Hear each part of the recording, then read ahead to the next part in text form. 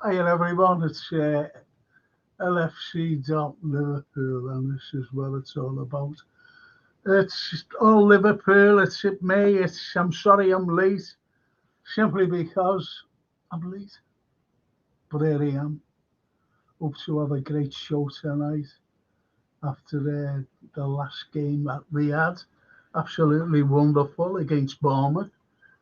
Didn't expect that, but at least it was a fantastic win. I'm going to bring on the boys right away. And there they are, the one and only, the lost Shankly boy himself, not lost anymore, thank God. And there he is, George Scott. Hey, George. Hi, Frank. Good evening. Evening, everybody. Oh, this is great, this. You're well. Are you in fine fettle after the Bournemouth game? Yeah, I am. Yeah, I'm absolutely bouncing. I think most Liverpool fans are after that performance in the rain, in the wind, in the storm down the south coast. A lot of the fans spent a lot of money to go a long way down there, and they got the reward. It was a fantastic second half. First goal was a peach. Too many good performances to go through them. I think we'll do it later. But, I mean, it was a super result. Yeah, of course. Yeah, it was a bit of a, a difficult one, I thought it would be.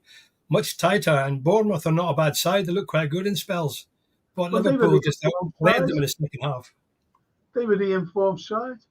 Yeah. As you know. Won 6 of the last 8 games. Absolutely brilliant. And I'm glad you said straight away that, excuse me, I'm glad you said right away, through a storm as well. Yeah. Horrible windy weather, rain, everything. And the way they played, second half especially.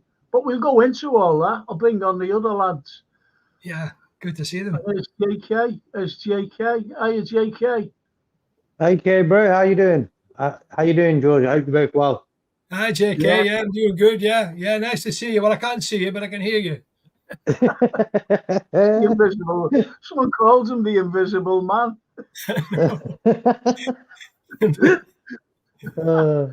Well, I can hear him well enough. And there's Lee himself. There he is, look. That's the bars. Hi, people. All right there, Lee. How you doing, well, man? Good, yeah, good. Yeah, good to see you. We're all there.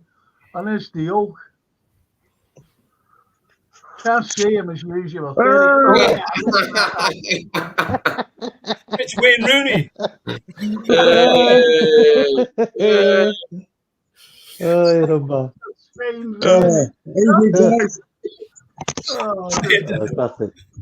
Hey, Donald. How are you doing, George? Lee, JK. Doing good, Donald. Yeah, good to see you, mate. Anyway, here's Darryl here. Look, he puts a comments up and he's sitting there. Ohio. Lee Wiskins, he says, even if Frank, better late than Everton. Better late than Everton. Hi, George, he says. And hi, Lee. Hiya. And JK. Hiya, Lee. Isn't that lovely? The Wiskins. I'm Shane McGowan. Look, he sent us a load of bevies. Shane's a cracking lad. He's like the invisible man. He doesn't say much. He just sends pints. Evening, lads.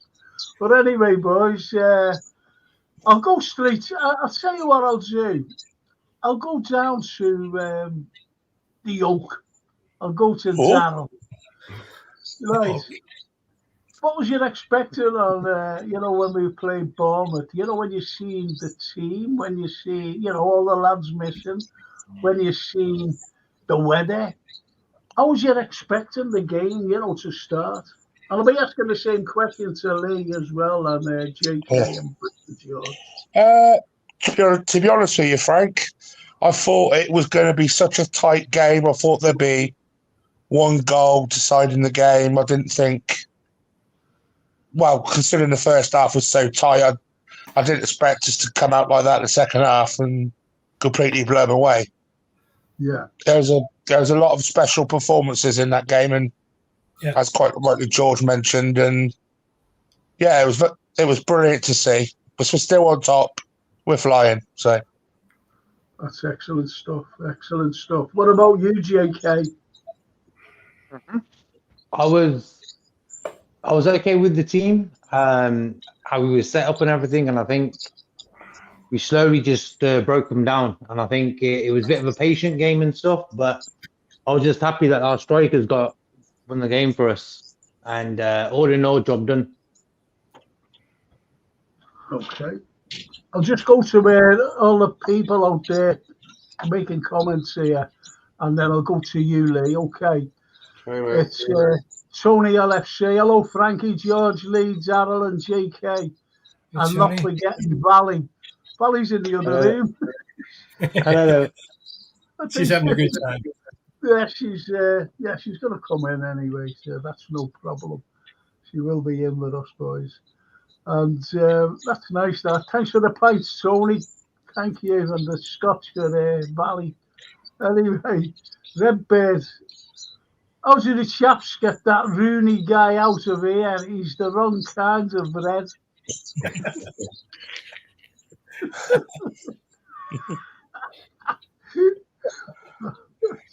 You know what? I always keep losing this little thing anyway. And Norman says, even an old Frank voted the seventh best city in the world. Liverpool voted the seventh best city in the world. In Manchester was number 15. Oh, Glasgow 15, really? Manchester 15. Oh, Manchester. Yeah. That's that's more than halfway behind us. 14 would be halfway behind us, but the 15. Yeah. But Frank, people like you help promote the city, so well done to you. Oh, thank you, Norman. Yeah. Thank you. The best, as he says. And Gary Rigby. Hi, everyone. Good evening. And the seventh best. That's brilliant. I didn't even know that, to be honest. Never has a clue. So anyway, Lee, what I asked the boys and what they've already given, about the game, what did you expect, with the rain, with the lads missing? I thought we'd win. I sort of knew we'd win and I thought we'd win. But I thought, as usual, it would be a second half improvement performance with subs added to get the game won. And that's what happened. We went in front before the subs came on. But then when Gravenberch and Gakpo came on, we left them behind and it was 4-0 before. Well, it was 3-0 before too long. 2-0 then 3. And we were out of sight. I knew we'd win. I'm superstitious, Frank. Since I was a little boy, I wouldn't tape the football when it was on. I wouldn't record it until I knew we'd won and I'd tape the repeat. And I wouldn't tape the Bournemouth LFC TV after match review until, you know what I mean? Usually, but I taped it before the game because I knew we'd win. So I thought I'll record it beforehand because I knew we'd win. That'll do me. What about you, George? Frank, sorry, can I just say before I go, there's a lot of cities in the world. To come seventh is brilliant, isn't it? Okay. Because Gary says, before I go to George, what's the top 6? So if you've got any, if you know the top 6, please let us know, boys and girls. Right, so George. Yeah, well, as I said before, with so many special performances in that game, it's hard to pick out. But I thought Konate was unbelievable, and McAllister played the best game I've seen him play, and Van Dijk at the back, they were peerless, and the young fullback Conor Bradley, at that age, only his second game, his Premier League debut, I thought he was excellent. He nearly scored twice. I bet he didn't sleep much when he got home. He must have been so excited. Well, I think it disappointed me, and as it comes back to this business of VAR, I mean, we got denied a penalty, my view. People say I was out of the box. A cast iron trip right on the line. Never even gave a foul. I mean, for that was atrocious. And then the one with Diaz, Curtis Jones got sent off for something similar a few weeks ago. Again, no decision, no sending off, And the third thing has come up today that's really annoyed me. Paul Tierney is going to be the referee against Chelsea. Well, Well, the thing is, wasn't it? Yeah. to be honest, I don't think we've got a podcast because with that lovely synopsis there, he's covered everything. So we might as well say to that, I'll see you all All on point. Everybody will have an opinion on VAR, I'm sure. No, and there's still controversy over that. We'll talk about that a little bit later. And especially about some of the players. And you mentioned there, young Bradley. He was outstanding, that lad. He was outstanding. And I liked Beck when he came on. Yeah. And that run he made, you know, and it was absolutely brilliant through the middle. Yeah. And this is what kind, at least, you know, what's coming through the academy. Brilliant. And it's the best for a very long time. I'll go straight to you then, George, so you keep there. What frightened me was after the game, and then it came out that Curtis had a hamstring. And I went, oh, no. Because he's pivotal for the, you know, he's pivotal now in midfield for him to start because he's playing absolutely brilliant. So, what did it do to you? Did you think, oh no, not another one? Yeah, we have so many of these hamstrings and these muscle injuries. That Salah got one as well, playing for Egypt, you know. And, you know, it's just, I don't know why. I was talking to somebody the other day about it, you know, and when I played years ago, I mean, in that 1960 team through to 65, I think they only used 13 players in 3 years. You know, people didn't used to get injured. Now you seem to see people being injured for 9 months sometimes, like Thiago and Batichik and a few others. I mean, I don't understand whether it's the training, whether it's the speed of the game, whether they start too quick. I'm not sure how to pin it down, Frank. But I'm sorry about Curtis. I hope it's not too serious because we could do without losing him. Yeah.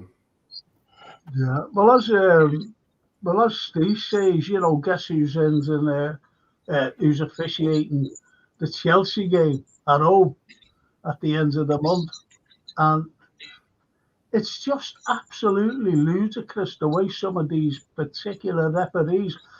But who do you blame? Do you blame the likes of VAR, for example? Because that Clivert, I thought that was disgraceful. That, and that referee must have seen. He must have seen it. Yeah. Well, the trouble with VAR, it's an opinion, isn't it? It's an opinion, and very often it's not the referee's opinion. It's somebody in Stockley Park's opinion. Most of the time, the ref goes to the television on his side. He changes his decision. He goes with VAR, and I thought VAR was introduced basically to sort of spot clear and obvious errors or a ball over the line, and they're getting involved in all sorts of things where they're given a penalty for one decision and not for another. We had the same situation with Sheffield United at the weekend, and you know, all over the place they seem to be making mistakes. I don't know what the answer is. But as you mentioned as well, the sending off, you know, Anyway, what about the penalty? This was my opinion. The penalty on Jota when he went through and was clearly upended. Yeah, blatant. It was clearly upended. And it's absolutely, it's just becoming absolutely ridiculous. They must be still wearing a mask in VAR, but they be wearing the mask over their eyes, not the mouth. Yeah, true enough. Lee, oh dear, look. Whoever was... There's the mask. Yeah, probably wearing them, Daryl. Go ahead, Lee. Whoever was commentating on the match, I think it was Sky. I was watching it with mum's. When the Jota one happened, it looked at it twice and he went, oh, it's not enough there. It was like, not enough there. It was on the line in the box. If that happened to a Man City player in the box, it'd be a penalty. It'd be a penalty straight away. It wouldn't go to VAR. It'd be a pen straight away if that was a Man City player. That was Rodri or De Bruyne or Foden. Oh, if that was Phil Foden and not Jota, that'd be a penalty straight away. Or De Bruyne or any of them, that'll be a penalty. It's as simple as that. Something wrong. There is something wrong. What do you think, JK? For me, that foul on Diaz was the point when I realised, this isn't going to change. Just being fair in games to us, And I was thinking that foul. What I don't like is the referee was standing in the same spot while he transferred the problem over to VAR, and within that time, VAR should let him know. Say, you know what, you want to get over to the screen while we quickly have a quick look at it because it looks a bit serious to us. They don't even do that.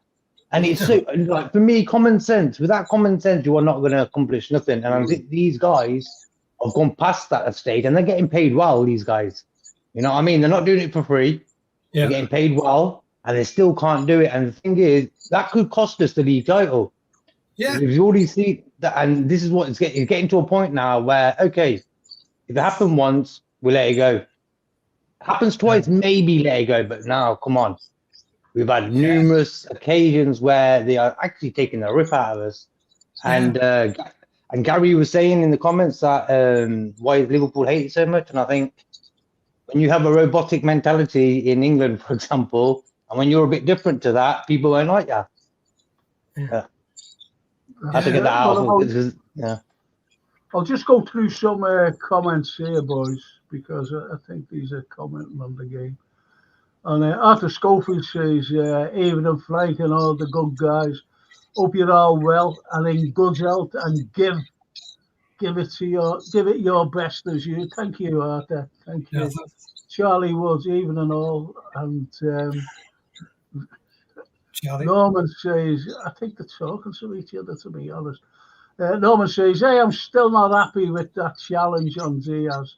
Carragher says slowing it down makes it look worse, but slowing it down is the reason Curtis was sent off.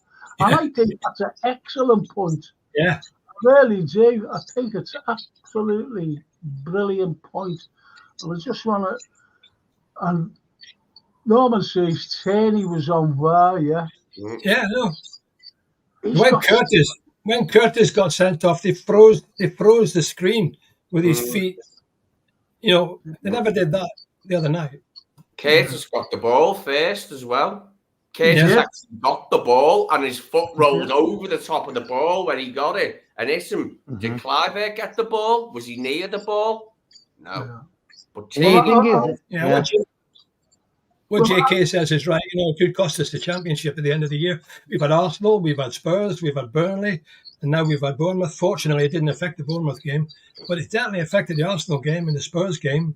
Well, all right. Well, let's just say to these here, our style of play doesn't help. The players are running more, as says Charlie Woods. And Gary Rigby comes out with a point here. Why is Liverpool so hated? Where did that come from? And that's Gary coming out and saying it. And we are hated. You can't get away from it. But a hated team for some reason. Does anyone go around? Does any of the Liverpool lads go around beating vets up or whatever? I just don't know. I don't know where this comes from. And I'll go to you on that. You know, I'd like your opinions. And John comes on and says, hi, Frank, Chelsea 1-0. So they're watching the match. And I bet you Darryl is as well. I bet you're watching the match. No. Right, so... Listen, boys and girls, if there's anyone out there, just press the likes, please, and subscribe to the channel. It'll be great if you did, you know, to get the algorithm up there and to get us up and running. It's your show, by the way. It's everyone's show. It's not like, there's Jamie Phillips. Can I go straight to him? Good evening, gentlemen. And that lovely hello, Jamie. Hi, Jamie. Jamie. That's smashing that there. And as Charlie says, coming out there, VAR is a joke, but all you hear is whinging scousers. And that's true, whinging scousers. And, you know, we got a right to whinge, by the way, because we have got a right to whinge, simply because everything that we're seeing and other people, you know, we've got a right to whinge. It's absolutely ridiculous. Absolutely. They didn't even send the referee over. Oh, sorry. Yeah. No, go on, JK. I was just going to you anyway about this. Yeah, I was just surprised that they did not even send the referee to go and have a look because they weren't sure was it a red. Give the guy a chance to have a look at it himself and say, you know what, you make the decision because it looks kind of rough. But they didn't even send him to the screen, and that's when I knew that was like, yo, that was just too far, man. And when Jones got sent off, what he did against Tottenham, and then Jota as well, it just makes that challenge on Sunday even look even worse, you know. Yeah. It does, but coming out and saying about Jamie Carragher when it's slowed down, it makes it look much worse. That's the point of it. That's the point. That's why you've got VAR. It's absolutely ridiculous. Some of the pundits, that come out. Yeah. I'm not having to go really at Jamie, because he's a Liverpool legend. But surely to God, you shouldn't come out with comments like that. It makes us look worse, to be honest. It makes us like whinges. Yeah, when they're commentating on Arsenal or Chelsea or Spurs, when they're winning, they get excited. They get excited. When Liverpool are winning, it's all okay. Yeah. I have to put my my commentary on mute because I can't take it sometimes, and I just watch it on mute and put the commentary on when we score. That's way. Yeah. It gets terrible. Some of the comments are so biased, especially the Sky media. Well, as Soulboy France says, Marseille, he couldn't get involved because there was a push on Jota first half, and the ref didn't see it. Obviously, what's that all about? The ref was stood right there looking at it. I seen him. Yeah, it's that's ridiculous. It says it's making it's going worse. Well, the comments that are coming out afterwards. Frank, Keith Hackett's an experienced referee, and he came out with a comment saying that PGMOL should look at that and should provide an explanation why it didn't go to VAR. That's a referee, a very well-known referee, ex-referee, in the press this morning. Yeah, absolutely.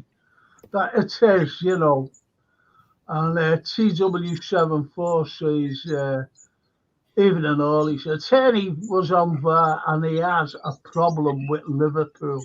And he has a problem with Liverpool. And it's absolutely ridiculous the way it is. And it's wrong. It should be nowhere near. It'll be interesting in the Chelsea game, I know that. Well, Richard Hutchinson says referees Howard Webb and Pigmo and VAR is an embarrassment, joke, and sackable offence. If this was a job, they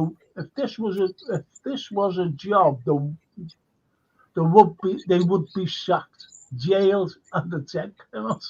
It's a bit strong. The death penalty.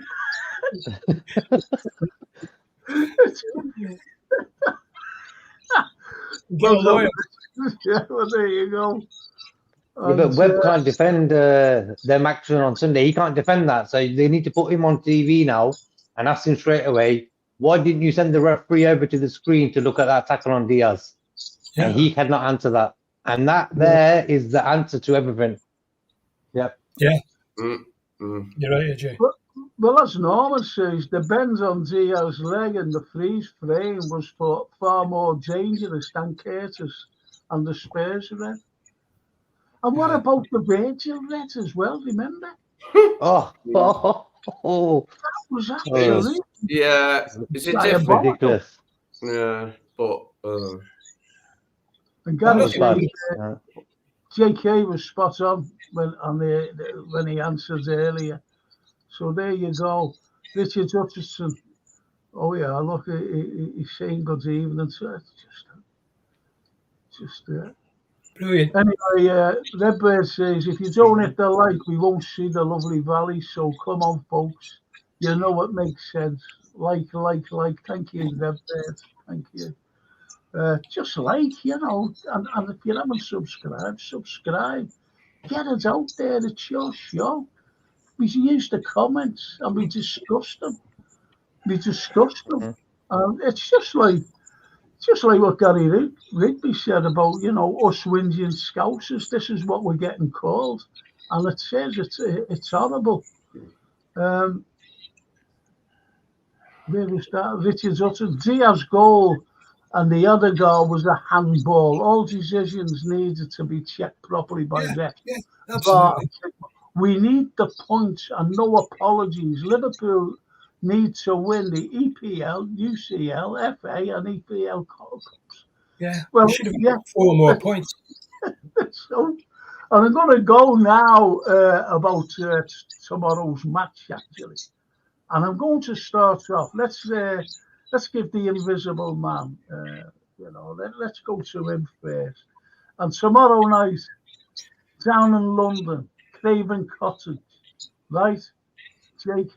Mm-hmm. So I'm not asking for predictions at this early part of the show, but what do you think about tomorrow? Are you in a confident mood? 100%. I just want to see Alisson in goal.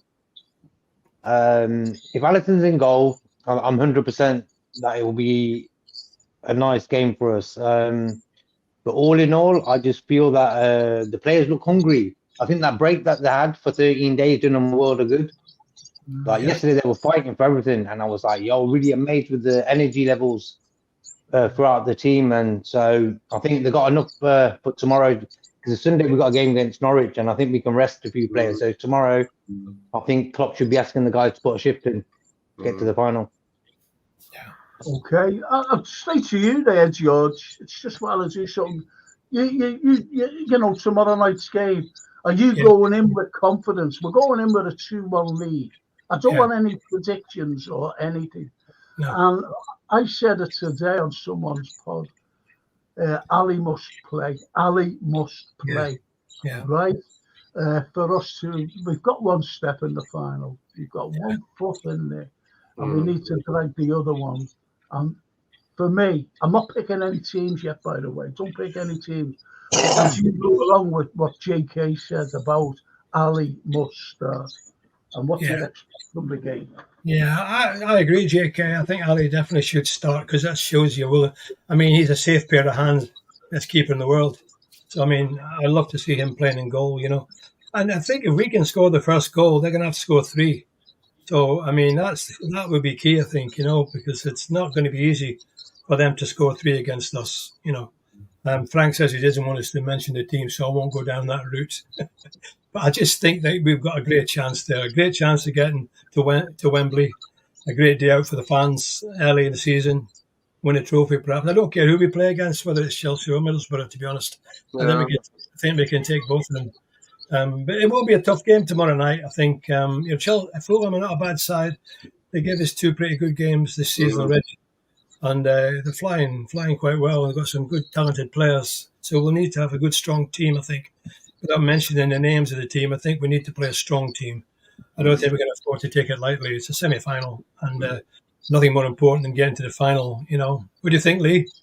Yeah, I think we could take Norwich more lightly at Anfield than Fulham. Fulham are a good side, and even more so on their own ground. But they give us 2 very stern tests at Anfield. I'd like to see Ali and Queven can play against Norwich. Yeah. And I won't play Canate or Van Dijk v Norwich. I play Quanston and Gomez at centre-back with Bradley and Beck. And then, but I will play a proper midfield and a proper attack with that defence. And I think we could beat Norwich like that. What do you think, George? Yeah, I think Norwich City coming to Anfield, I think it'd be an easier game than us going to Fulham. It won't be an easy game, obviously, because there's a lot of fans coming up with him, and it's a cup tie. But, Liverpool should beat Norwich City, I think, with whatever team we put on. With the squad we've got. We've got a strong squad. I know we've got a lot of injuries. Not much we can do about that, but I believe Robbo's back training again. Yeah. And he's available for, I'm not sure he'll play against Fulham, but he might be on the bench and then come on against Norwich. I think Norwich would be a good test. I think we're doing that, Do you reckon, Darryl, against Norwich, we could rest Canate and Van Dijk and do it with Quanston and Gomez at centre back with Bradley and Beck at full back. Yeah, Yeah. You've got the strength to come on as well. You've got the strength on the bench. If it's not going Yeah, well, on good players. What about you, I Darryl? think so. Tomorrow's lineup, I reckon you're going to more likely see Ali in goal tomorrow anyway, because we've got a whole week before Chelsea, and you're going to play Kelleher against Norwich. I think that's a given. But we just got to go and set Stone out there tomorrow night. Keep playing as we are. Might see obviously one or two changes, obviously, but I don't know. But Curtis Jones' news is good tonight, which has just come out. So it was just precaution. He's good. So that's great.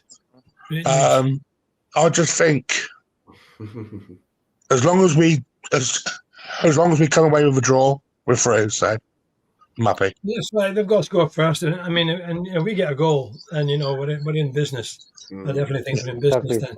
The most important game for me, is Chelsea. Well, okay, Fulham's really important, semi-final, but from rather Norwich, Chelsea's a big game for us. We can make a statement. We can make a statement there and stretch forward until we get to play City. March. I'm kind of glad, George, that Frank never came to me about the refereeing decisions in VAR, because I've got so much to say about it. And it's just starting to piss me off a little bit. So I say the whole in all. Paul Turney, referee, hates Liverpool Football Club. How much did what's his name? Who's the lead guy? Who's that? Webb. How much did Howard Webb? How much did Howard Webb pay Dermot Gallagher today to say that weren't a red card? I don't listen to Dermot Gallagher. He's just a media man. Disgrace. He's just a media man. Is that what he said today? He's in the pay. He's in the pay of the referees union.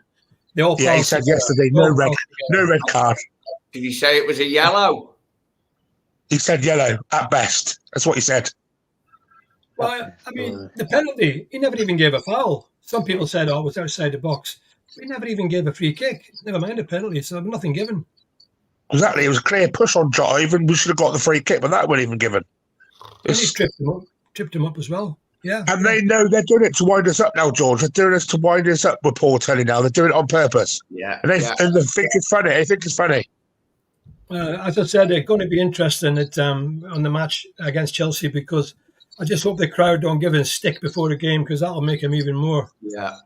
I'll make him more aware to try and do something. They need to keep it steady. Yeah.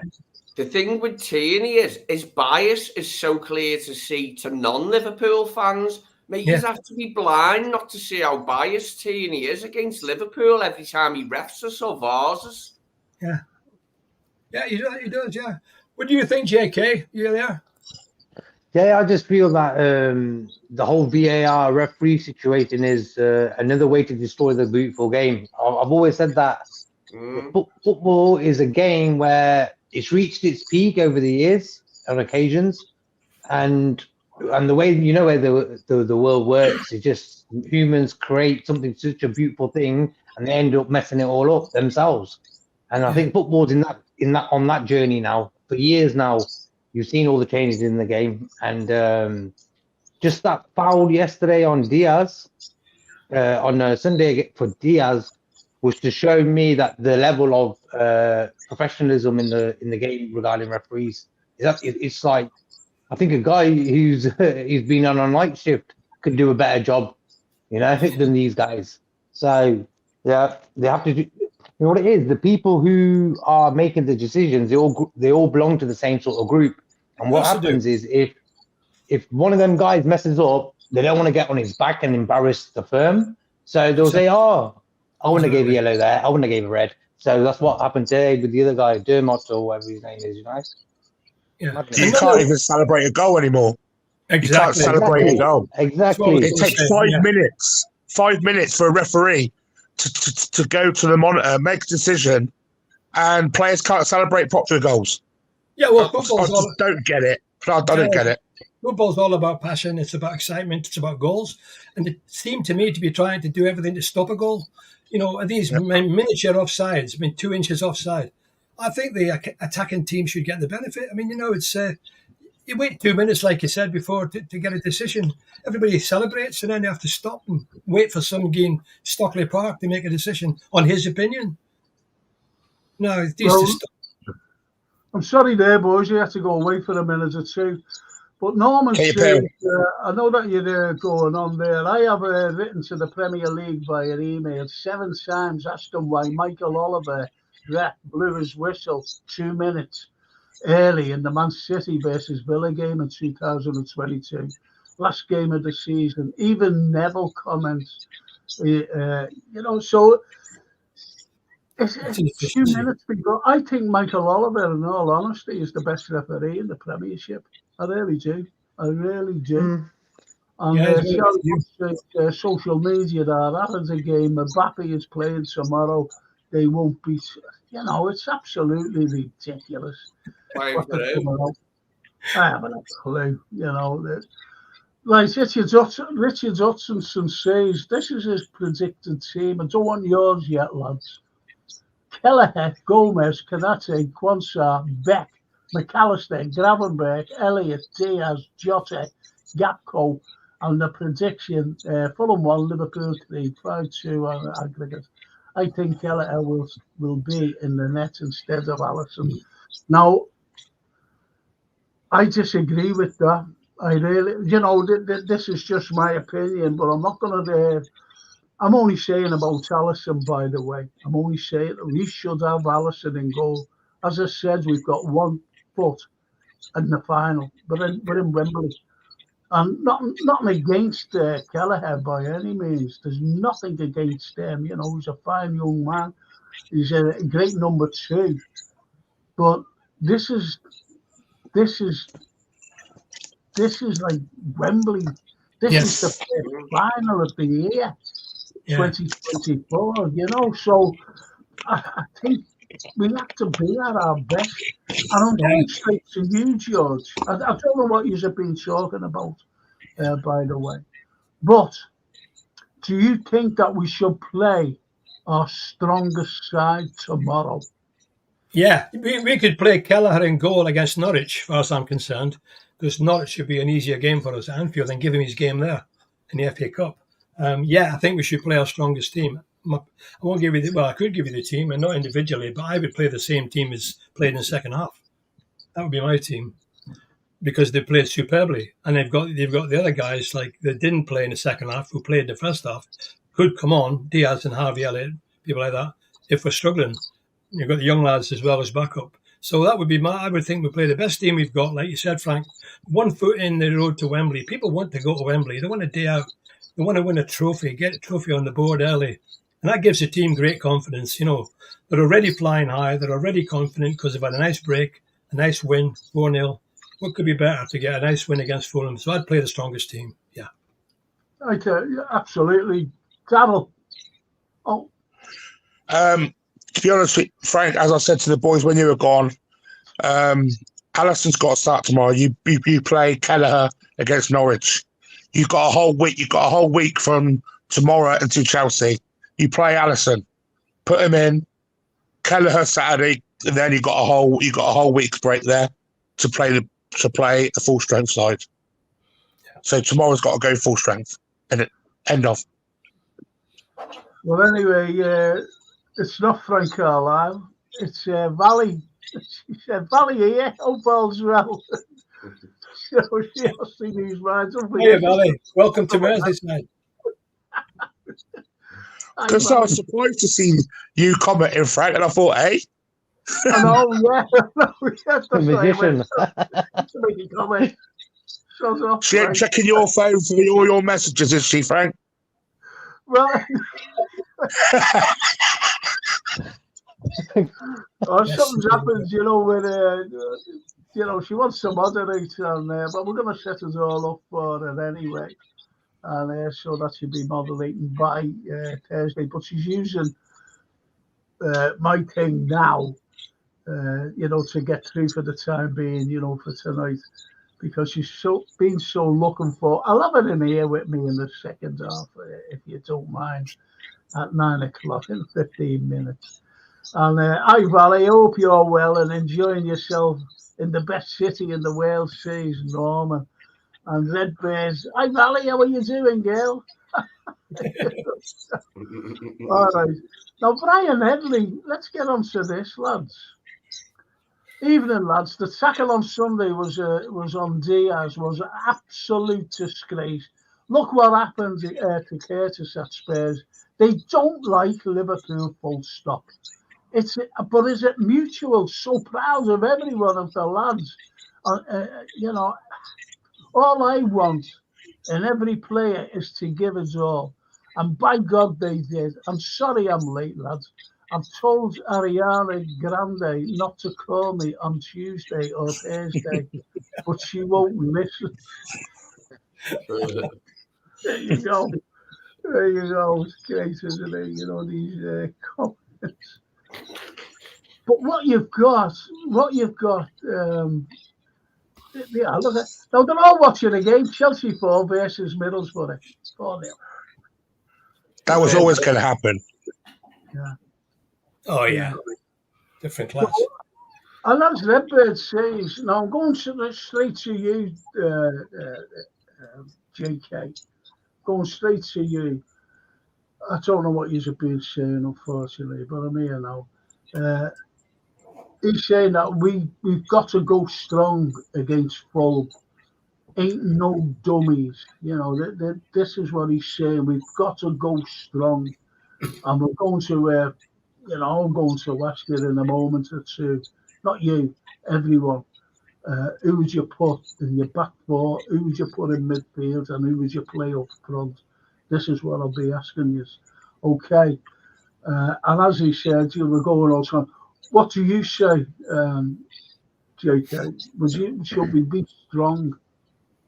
Yeah, because looking at the timetable, we've got them guys tomorrow, then we've got Norwich on Sunday, then we've got Chelsea next week.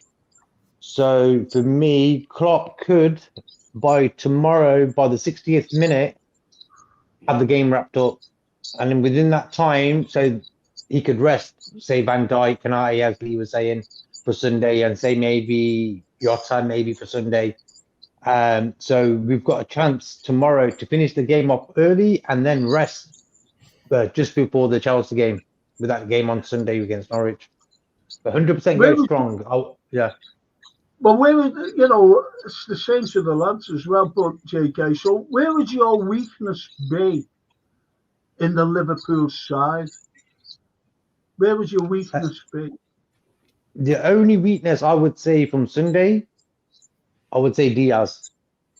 I think everyone else, they did. I mean, what I mean is, I don't mean like, the weakness that when we played Bournemouth. I'm not talking about that at all. What I'm talking about, if Klopp picks I don't know, is it Pep Linders who picks the side, or is it Klopp, or is he just giving the press conference? Where would your weakness be, when Klopp picks the side? What do you think that you don't want to see in that Liverpool side? That'll be a weak link to go forward into the final. For me, tomorrow is the only weakness could be if we start off slow and allow them to get into the game. I think that's the only weak. So Klopp has to say to the guys, you know what, first 20 minutes, I want you guys to be on top of the game. Don't take the air out of them. Let them defend and stuff. But that'll be the only weakness if we don't just start strong and fast, to get that first goal. Because if we get that first goal, they're going to be attacking more, and then we've got more chances to get goals on the counter attack. So it's a bit of a chess game tomorrow. And if Klopp plays it right, it could go our way nicely. Yeah. I think that's a very good point, and it is like a chess game. But the weakness for me, if Klopp picks the side and he puts Kelleher in goal, that would be the weakness for me. Definitely. George, what about you?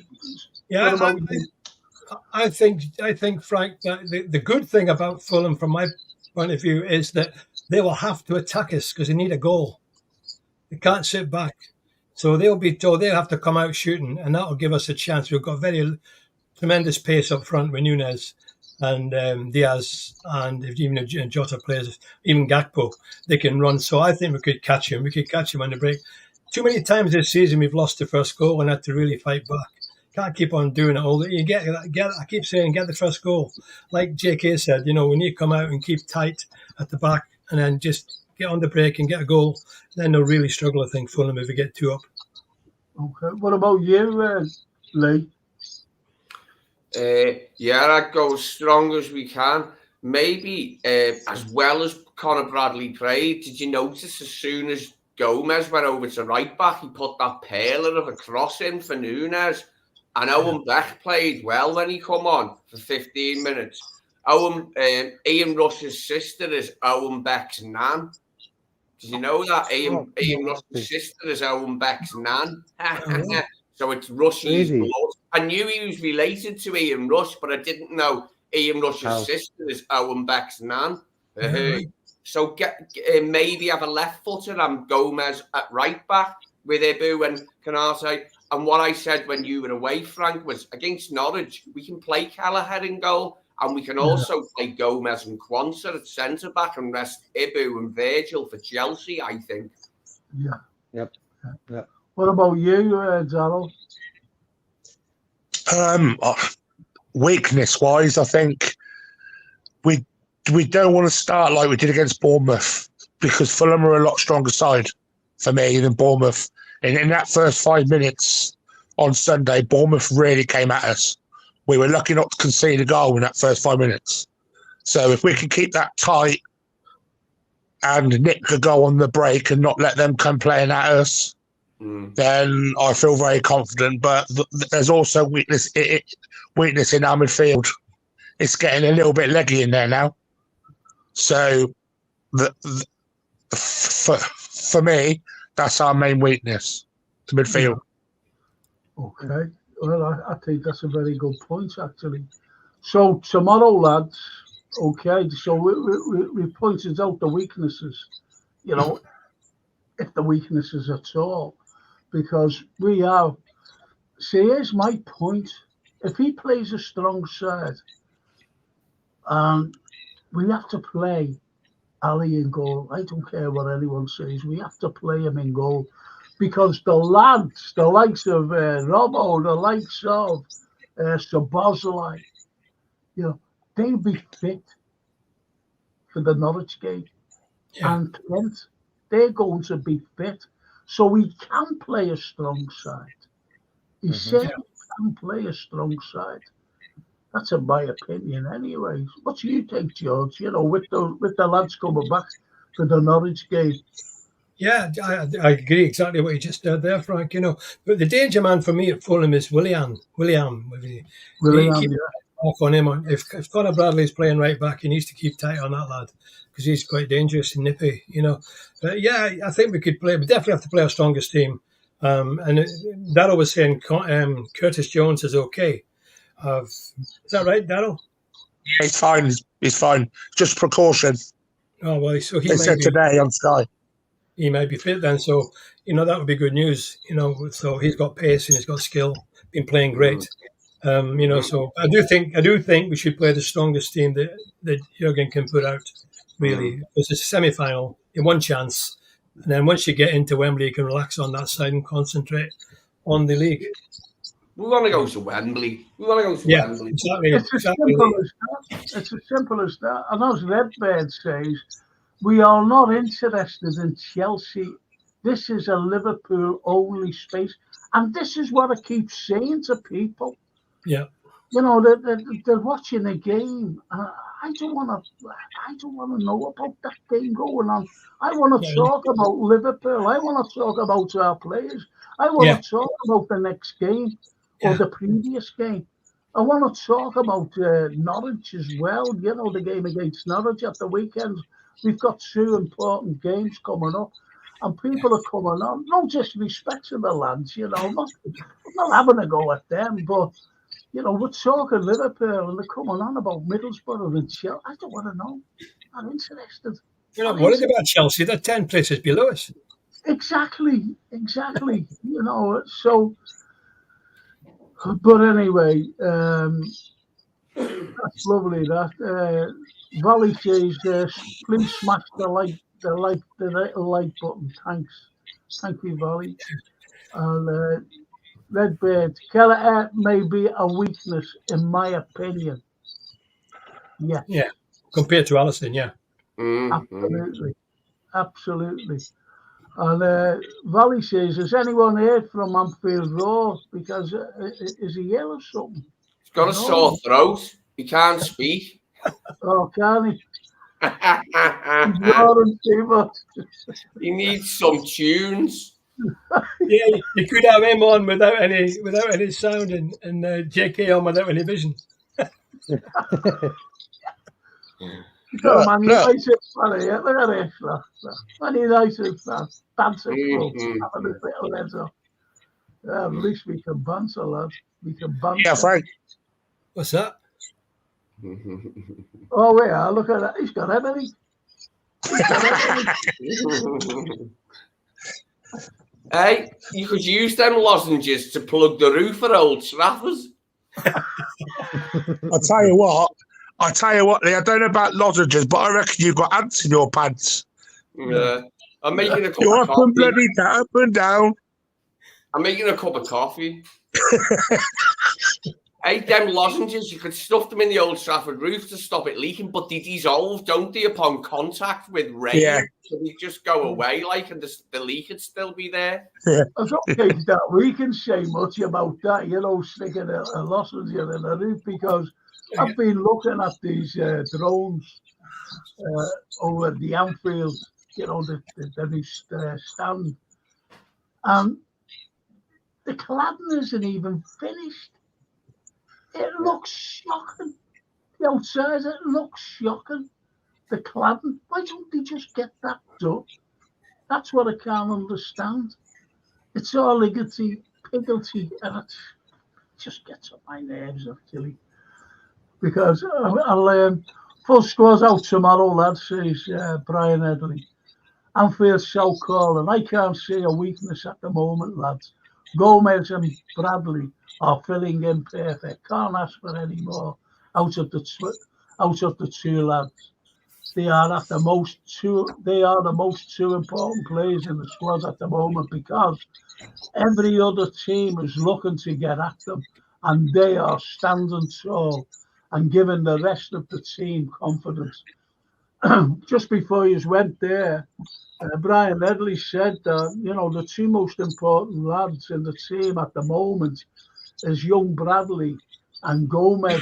Because they're, every opposition are looking for weaknesses there, but as he said, they're standing tall. What do you think, George? Yeah, they are.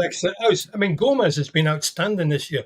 I mean, I had my problems with him a year or so ago. He was a bit injury prone. He was making a few mistakes, but he's been immense. I mean, that cross he put over for the final goal was brilliant. Alexander couldn't have done any better. And then he's getting the tackle. And young Bradley, he's proved himself the last two games. She's got to keep that level up now. And he's quick, and he's like a little terrier. And I don't have every confidence in him until Robbo gets back. Okay, what about you, JK? You know what Brian Edley said about those two, Bradley and Gomez, standing tall. Because they are targeted. They are targeted. Especially Bradley, simply because he's new. He's a young kid. He's the new kid on the block, taking over Trent, while he's out injured anyway.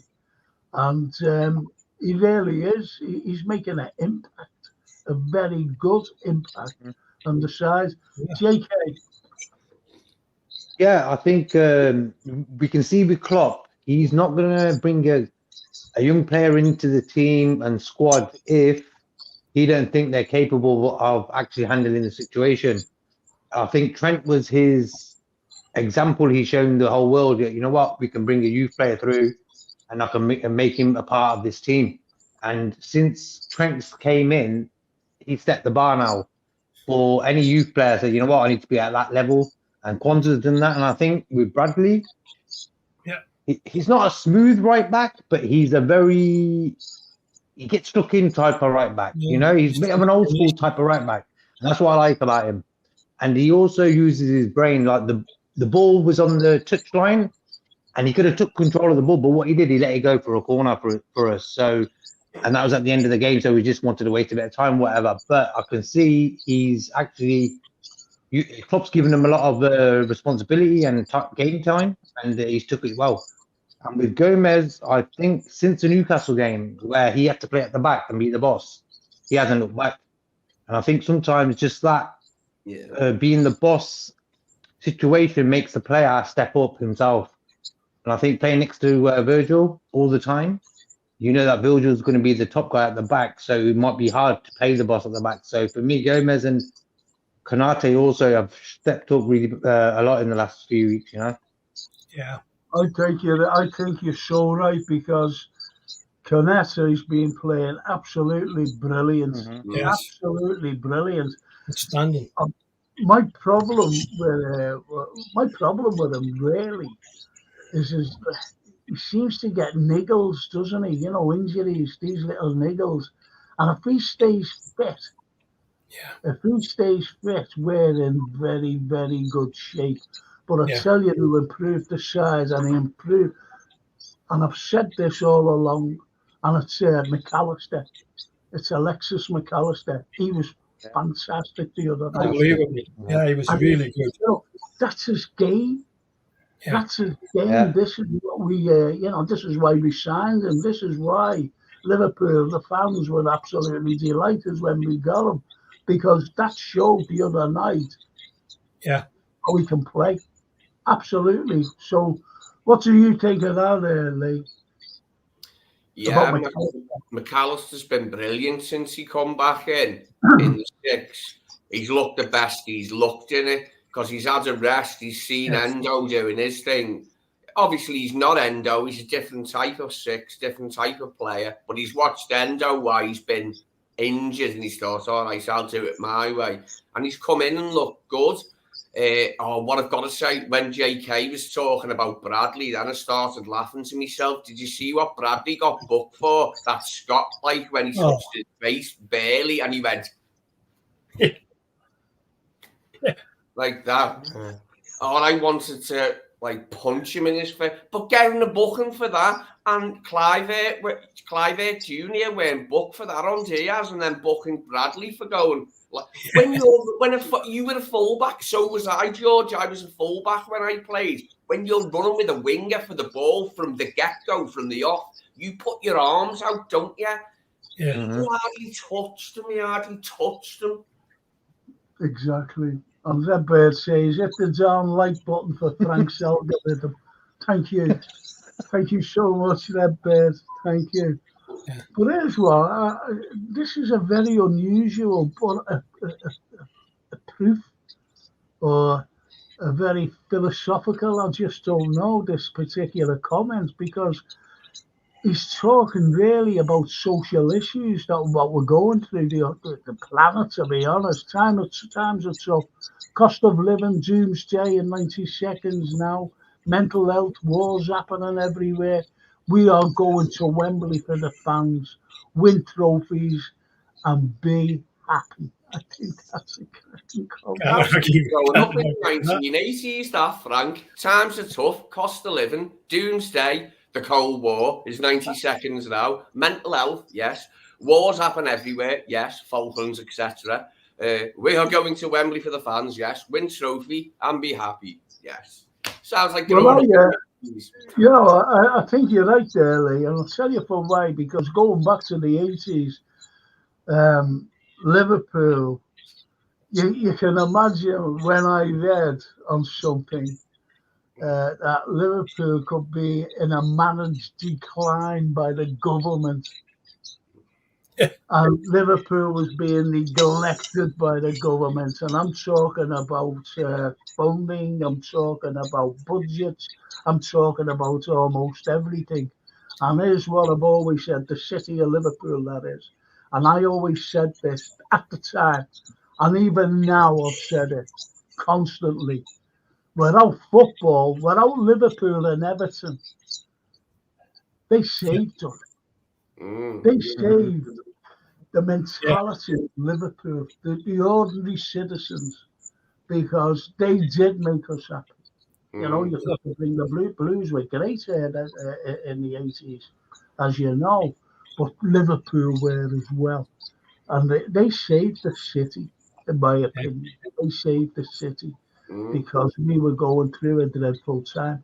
And I think that's a cracking comment. And what you've just said as well, Lee, I think it's been brilliant what you said.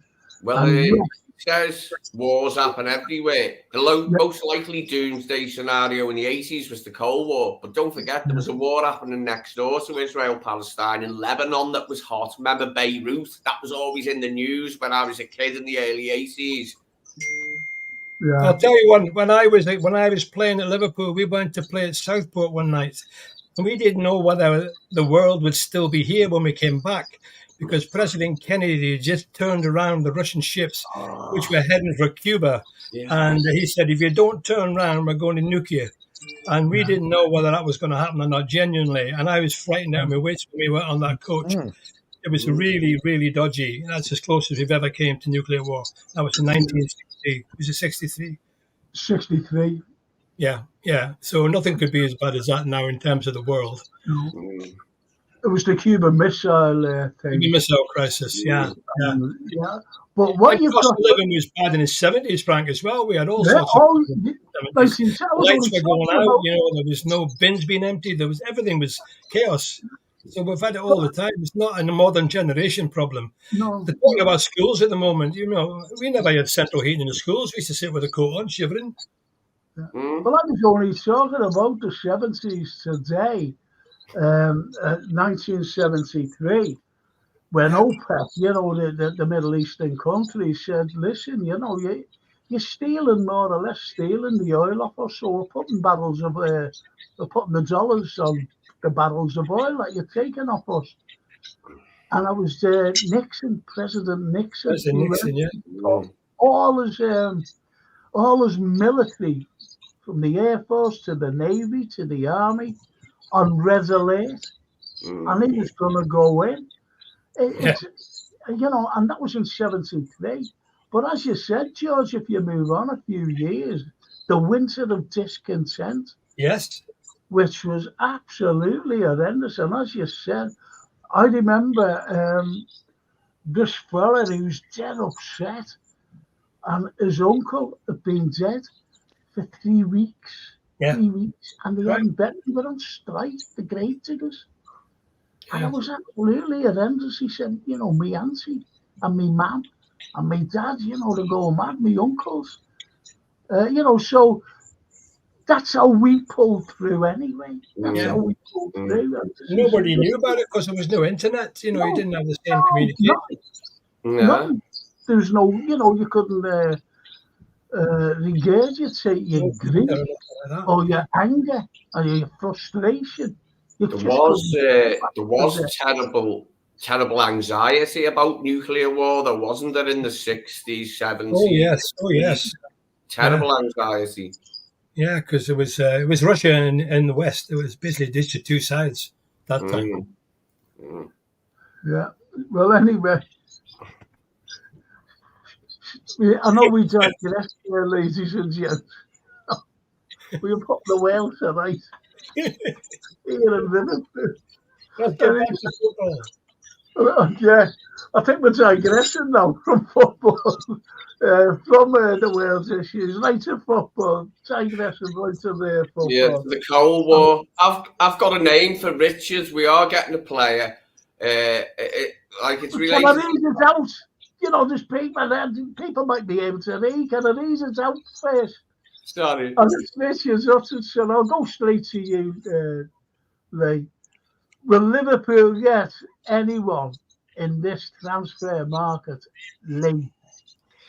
Yeah, we were talking about the Cold War and we're signing a striker from Siberia called Yuri Andropov. His hand dropped off because it froze in the cold. He got gangrene in his hand, didn't he, the poor guy, and it fell off. Yuri Andropov. Oh, Well, it linked into the Cold War thing we strayed into. Yuri Androp off the Siberian striker from Who have we got to sign, man? Who have FC. we got to sign, Lee? Who have we got to sign? exactly. I think, Real world. JK, do you think that we should sign someone? Yeah, Lee. Oh, you see that?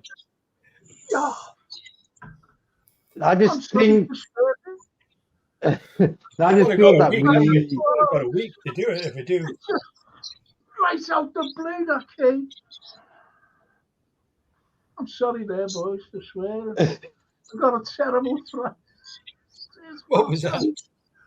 So Valley entered me a cup of tea, and that's just come right out the blue. She didn't even hear it. I'm sorry there. What was you saying, JK? I'm sorry. Who we're going to sign? You were asking who we're going to sign. yeah, I just feel that we're not going to sign no one. But we've always said for the last few weeks that a DM now is the right signing to get for, because I think defensively we'll work it out somehow. Okay, the youth players are playing and stuff, but for me, I don't want a centre back. I want another DM to play with Endo together for the next 4 months or whatever it is. Yep. Good point. What do you think, George? I think I don't know whether you would agree in there with what JK said. You know, as long as we get a DM in.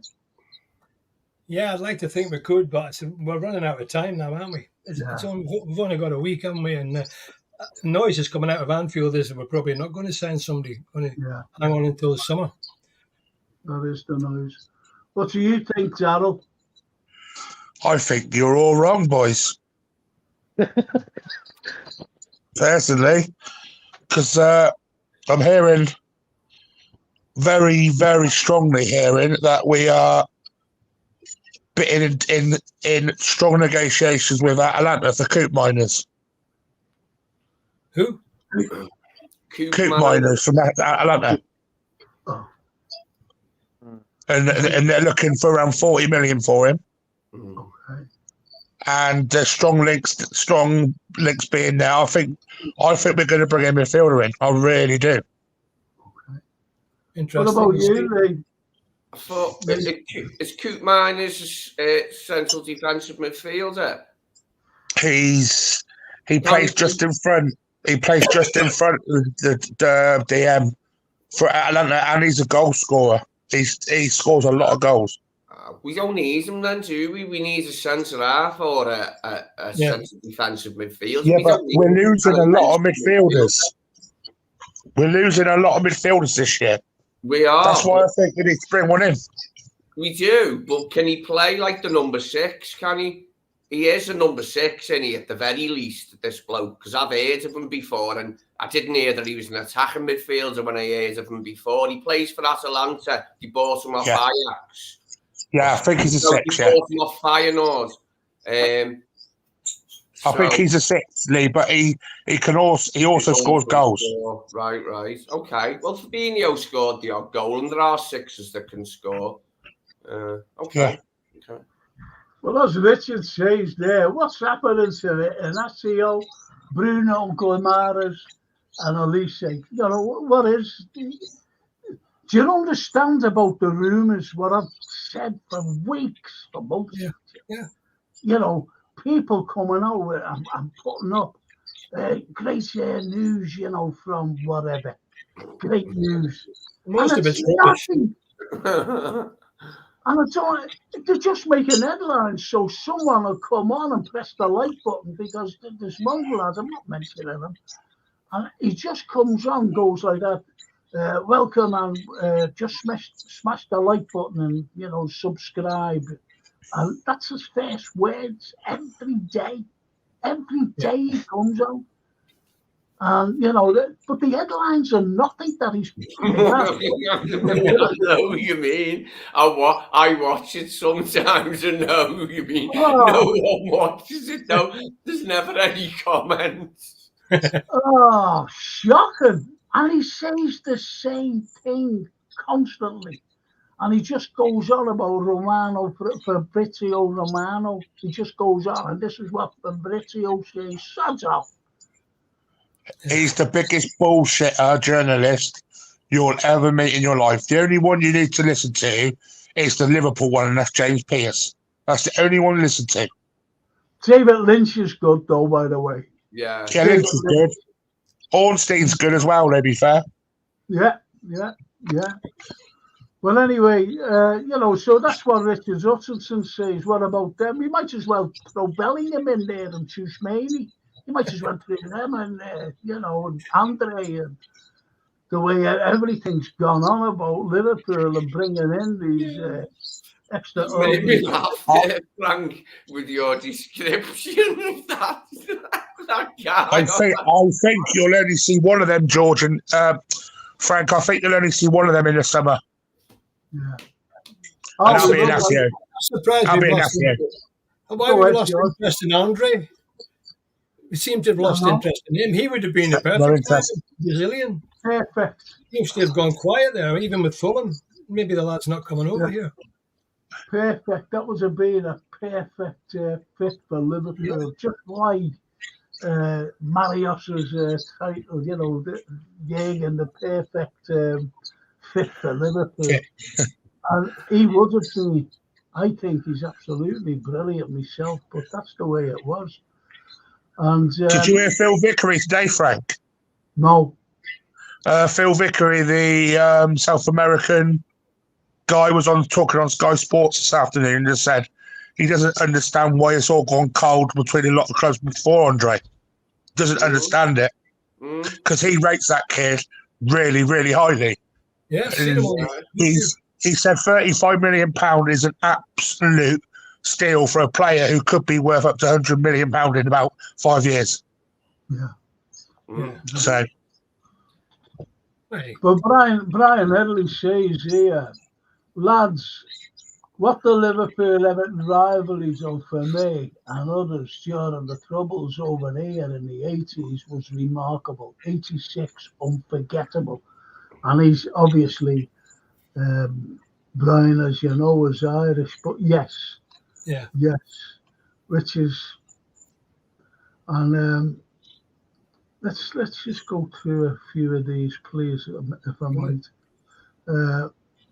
Darryl, I thought it was the lads at Atalanta we're talking to. Yes, that's what I said. That's what I said. Yeah. I think that's good, though. I think that's good. It'd be great if we get someone like that, but I don't Yeah. think I'm never wrong, George. Well, okay, we'll see you next week. You put your neck on the line there. You're right, Darryl. I'll be buzzing if we get that. Even that. Yeah, I will. Yeah. Like another midfield. I'd be happy to buy you a pint, definitely. You're right. He's only 25 as well, so he's a good age. Very good age. Yeah. Well, let's hope Jürgen says the same. Be brilliant. And Linders is Dutch, so Linders can talk to him in Dutch, can't he? And Virgil van Dijk and Gravenberch and Gakpo. So there's links there. I'm telling you. Perfect fit. Yeah, you're right. Yeah. Fingers crossed. JK, are you disappointed? Has it disappointed you about not bringing in a DM? In reality, is it a disappointment? It's disappointing because he was willing to pay the big bucks for Casado, and he's a young guy, and he would have been here for the next 7 years, 8 years if he settled. So going for Endo, who was not even a choice for any Liverpool fan, and he's coming and doing okay. I just feel that if we now just did that DM situation now, that will give us a 50% better chance of winning the Premier League. So I'm a bit disappointed on that topic, yeah. And as Eddie Cotton says, talking about nuclear bombs, did you know that Brighton forward Danny Welbeck's helper used to be a bomb disposal expert? His name was Stan Welbeck. That's a cracker. Do you remember that awful pen that Welbeck got for Brighton couple of seasons ago on Robertson barely touched him, mate, and he went down. He should have stood well back there, Robbo, or Welbeck himself. Yeah, that's a crack of that. Yeah, there's the new book. But Charlie Wood says there's a book out, Frank. Liverpool ruined my life. 60 years of supporting Everton. I shouldn't have let that out. Football. Liverpool ruined my life. It is. I'm just now. surprised. It Yeah. like that when I was a kid. Everton fans weren't bitter when I was little in the early Yeah. 80s, in the mid and late 80s. They weren't bitter because they were still a big club. They were still second best to us. When I was a kid, they were second best to us. Well, from 84 onwards, they were. Before 84, they weren't that good. But when I was a kid, they were second best to us. So there was no bitterness. It was in the 90s that my Evertonian mates started saying horrible stuff to me about Liverpool. Really horrible, vicious stuff. And I thought, hang on, this has changed. This is different now. And there you go. Yeah, and the thing is, I've not heard no Liverpool fans saying, yeah, we want Everton to get relegated. So when they get to their new stadium, they'll be in the first division. And it's like, you will hear Everton fans say we want them to lose in the Champions League against Real Madrid, for example. So it's definitely changed. Stay in the Prem. You don't want Everton to be relegated. They're worth 6 points to us every year. Yeah, I want them to stay there. I want them to stay in the Premier League. Yeah, we get 6 points every year. Man City can go down, no problem. Yeah, Man City should go down. But what about as long as they're below us in the league, I'm happy. What about so going to George? Who'd your back four be? Forget the goalkeeper for the time being, George. Who is your back four be against Fulham tomorrow? I think it would be Conor Bradley. Who's you like it to be, Roddy? You know, I'd like it to be Conor Bradley, Canati, Van Dijk, and Gomez. JK. I would go with maybe with the defence we had on Sunday to start the game off with, and when it's all sorted, do the substitutions, maybe bring Beck on. So I'd start with that defence we had on Sunday. Okay. Lee?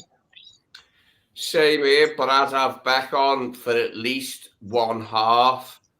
Whether we're winning or losing, I'd like Rushy's sister's grandson to come on at left back, because we did look, as good as Bradley was, Gomez produced that brilliant cross instantaneously when he went to right back, and Beck looked comfortable, and I'd like to see him for a full half rather than 15 minutes, because we've got more balance right and left then.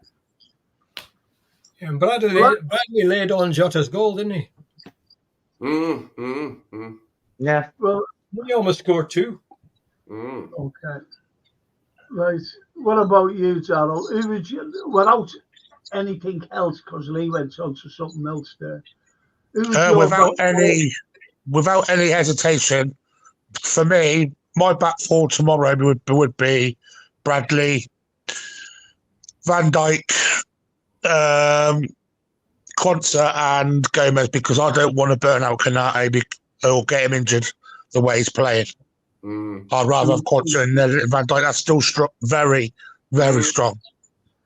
I think that it's a good shout actually, because I trust Quansah. I really do. You know, just in case one of the two back four of our lads. I'd play Quansah against Norwich. I'd play him against Norwich, because I think if Fulham are a nippy team, it's not going to be an easy game. They'll be up for it. Oh yeah, absolutely. But anyway, so that's your back four.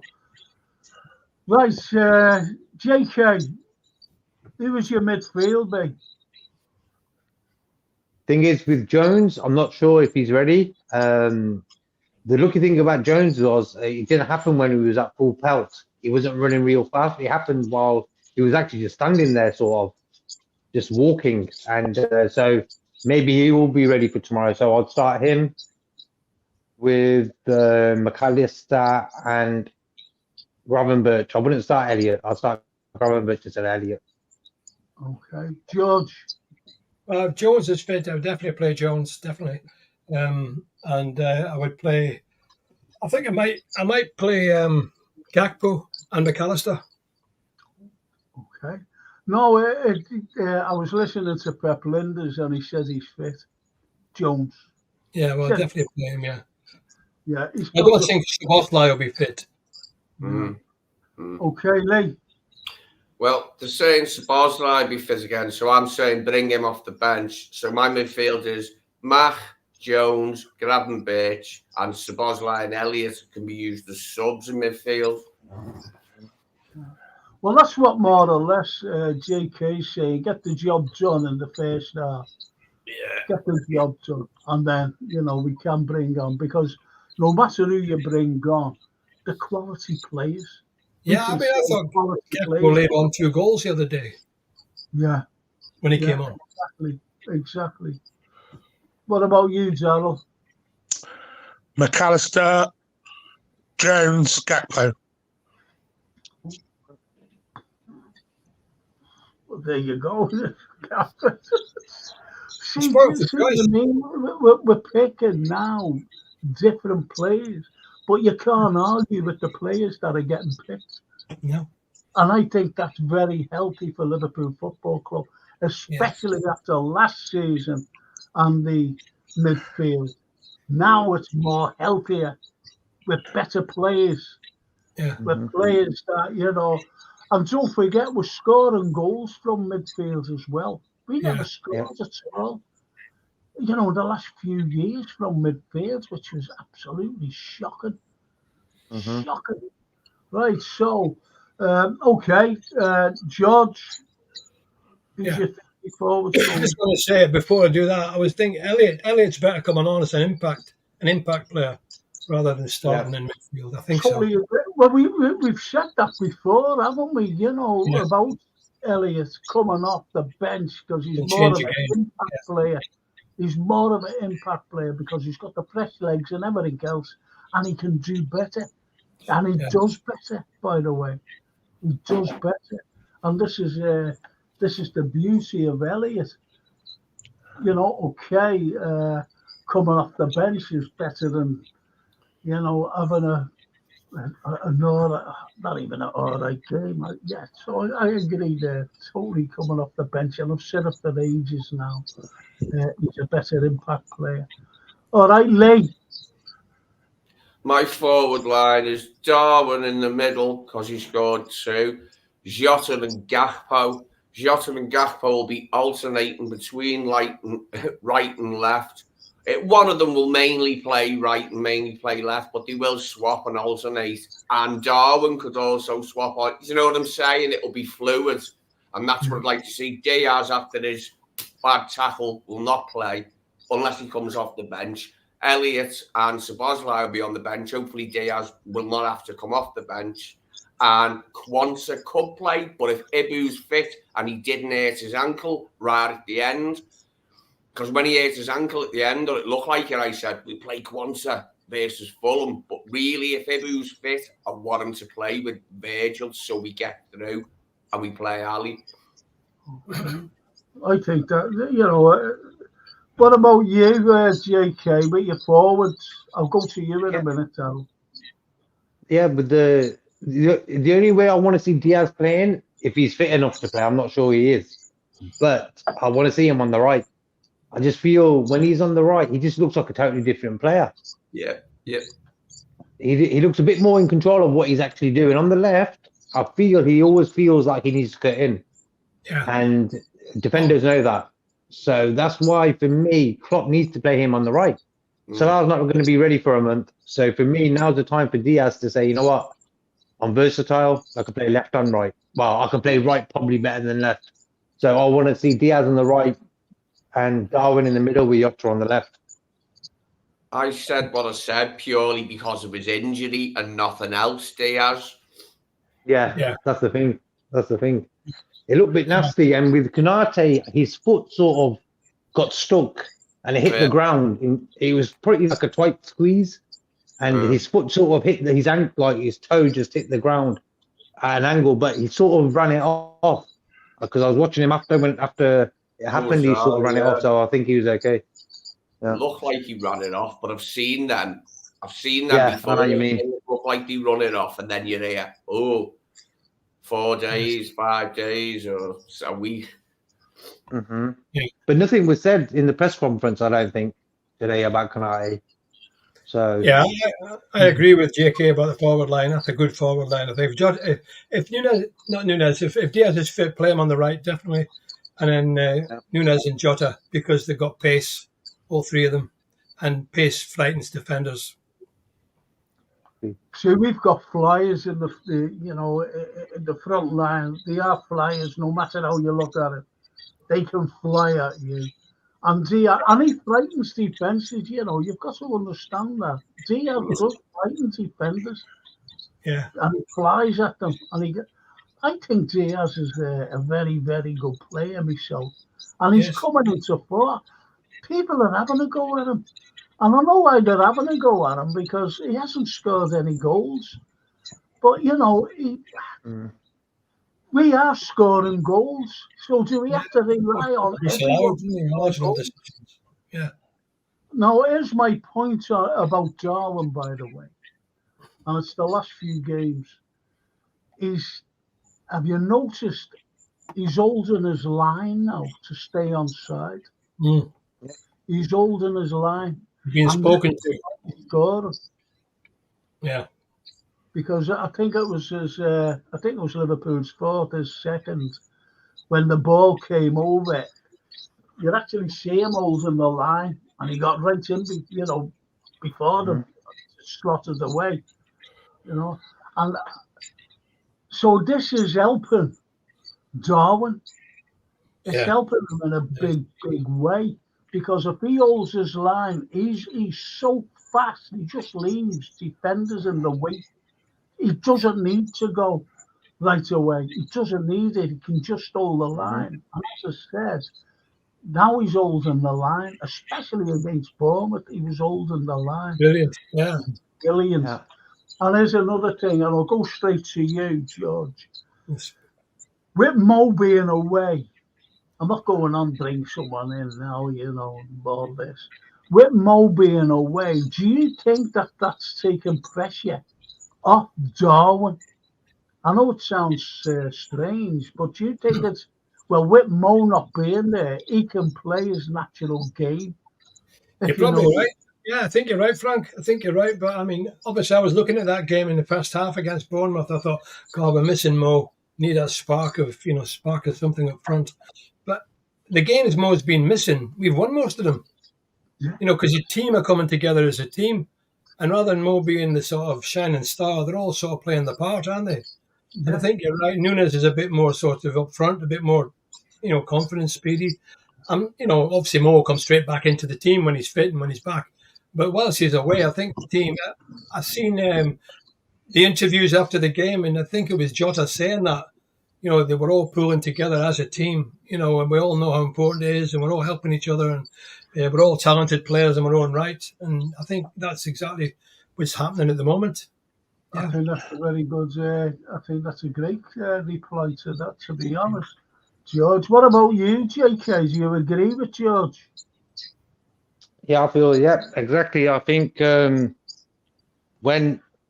sometimes when a certain player leaves the team, maybe gets injured or suspended, other players feel like they need to take that role up. And I think the same what's happened with Virgil when he got the red card against Newcastle. Gomez, Canate were the bosses for a few games. And what's happened now, the same with Darwin, he's feeling like, okay, Salah's not here no more for a while, so I need to be the boss. And Jota as well. They're both actually saying, you know what, we both need to do that. And I think this little break from Salah might be a blessing in disguise, same as the Virgil red card. Yeah. Okay. Okay. What about you? Look, he's looking at the telly again. You're looking at the telly. George, telly's not on. I was looking at my cat. Telly's not on. Where's the noise coming from? I can hear. Yeah. Yeah, I can hear. My cat. It's my cat. He's watching EastEnders. EastEnders. Right, I ain't done my strike force yet. Meow. Noise has gone off now. I can't get back on. Can I give you my strike force?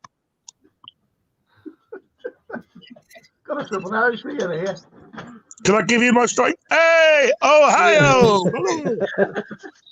I can see something. Hello, It's Valley. Frankie Valley in the Four Seasons. Hiya, Valley. Hi, guys. Frankie It's Valley in the Tyler. back floor, you should have said. Good Valley, to see what's you. the strike force? Valley, what's the strike force for tomorrow? What? Oh, God, you're asking the wrong guy. What do you think?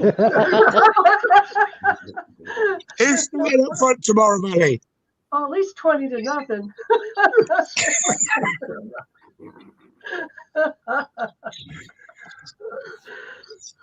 Yeah, As I well, said, Frank, Hi, Gary. Tell her Frank. what's the biggest strike force, Frank. that's the yeah, I'll do my strike force. As I was saying, you can't drop Nunes. He's unplayer. He's undroppable at the moment.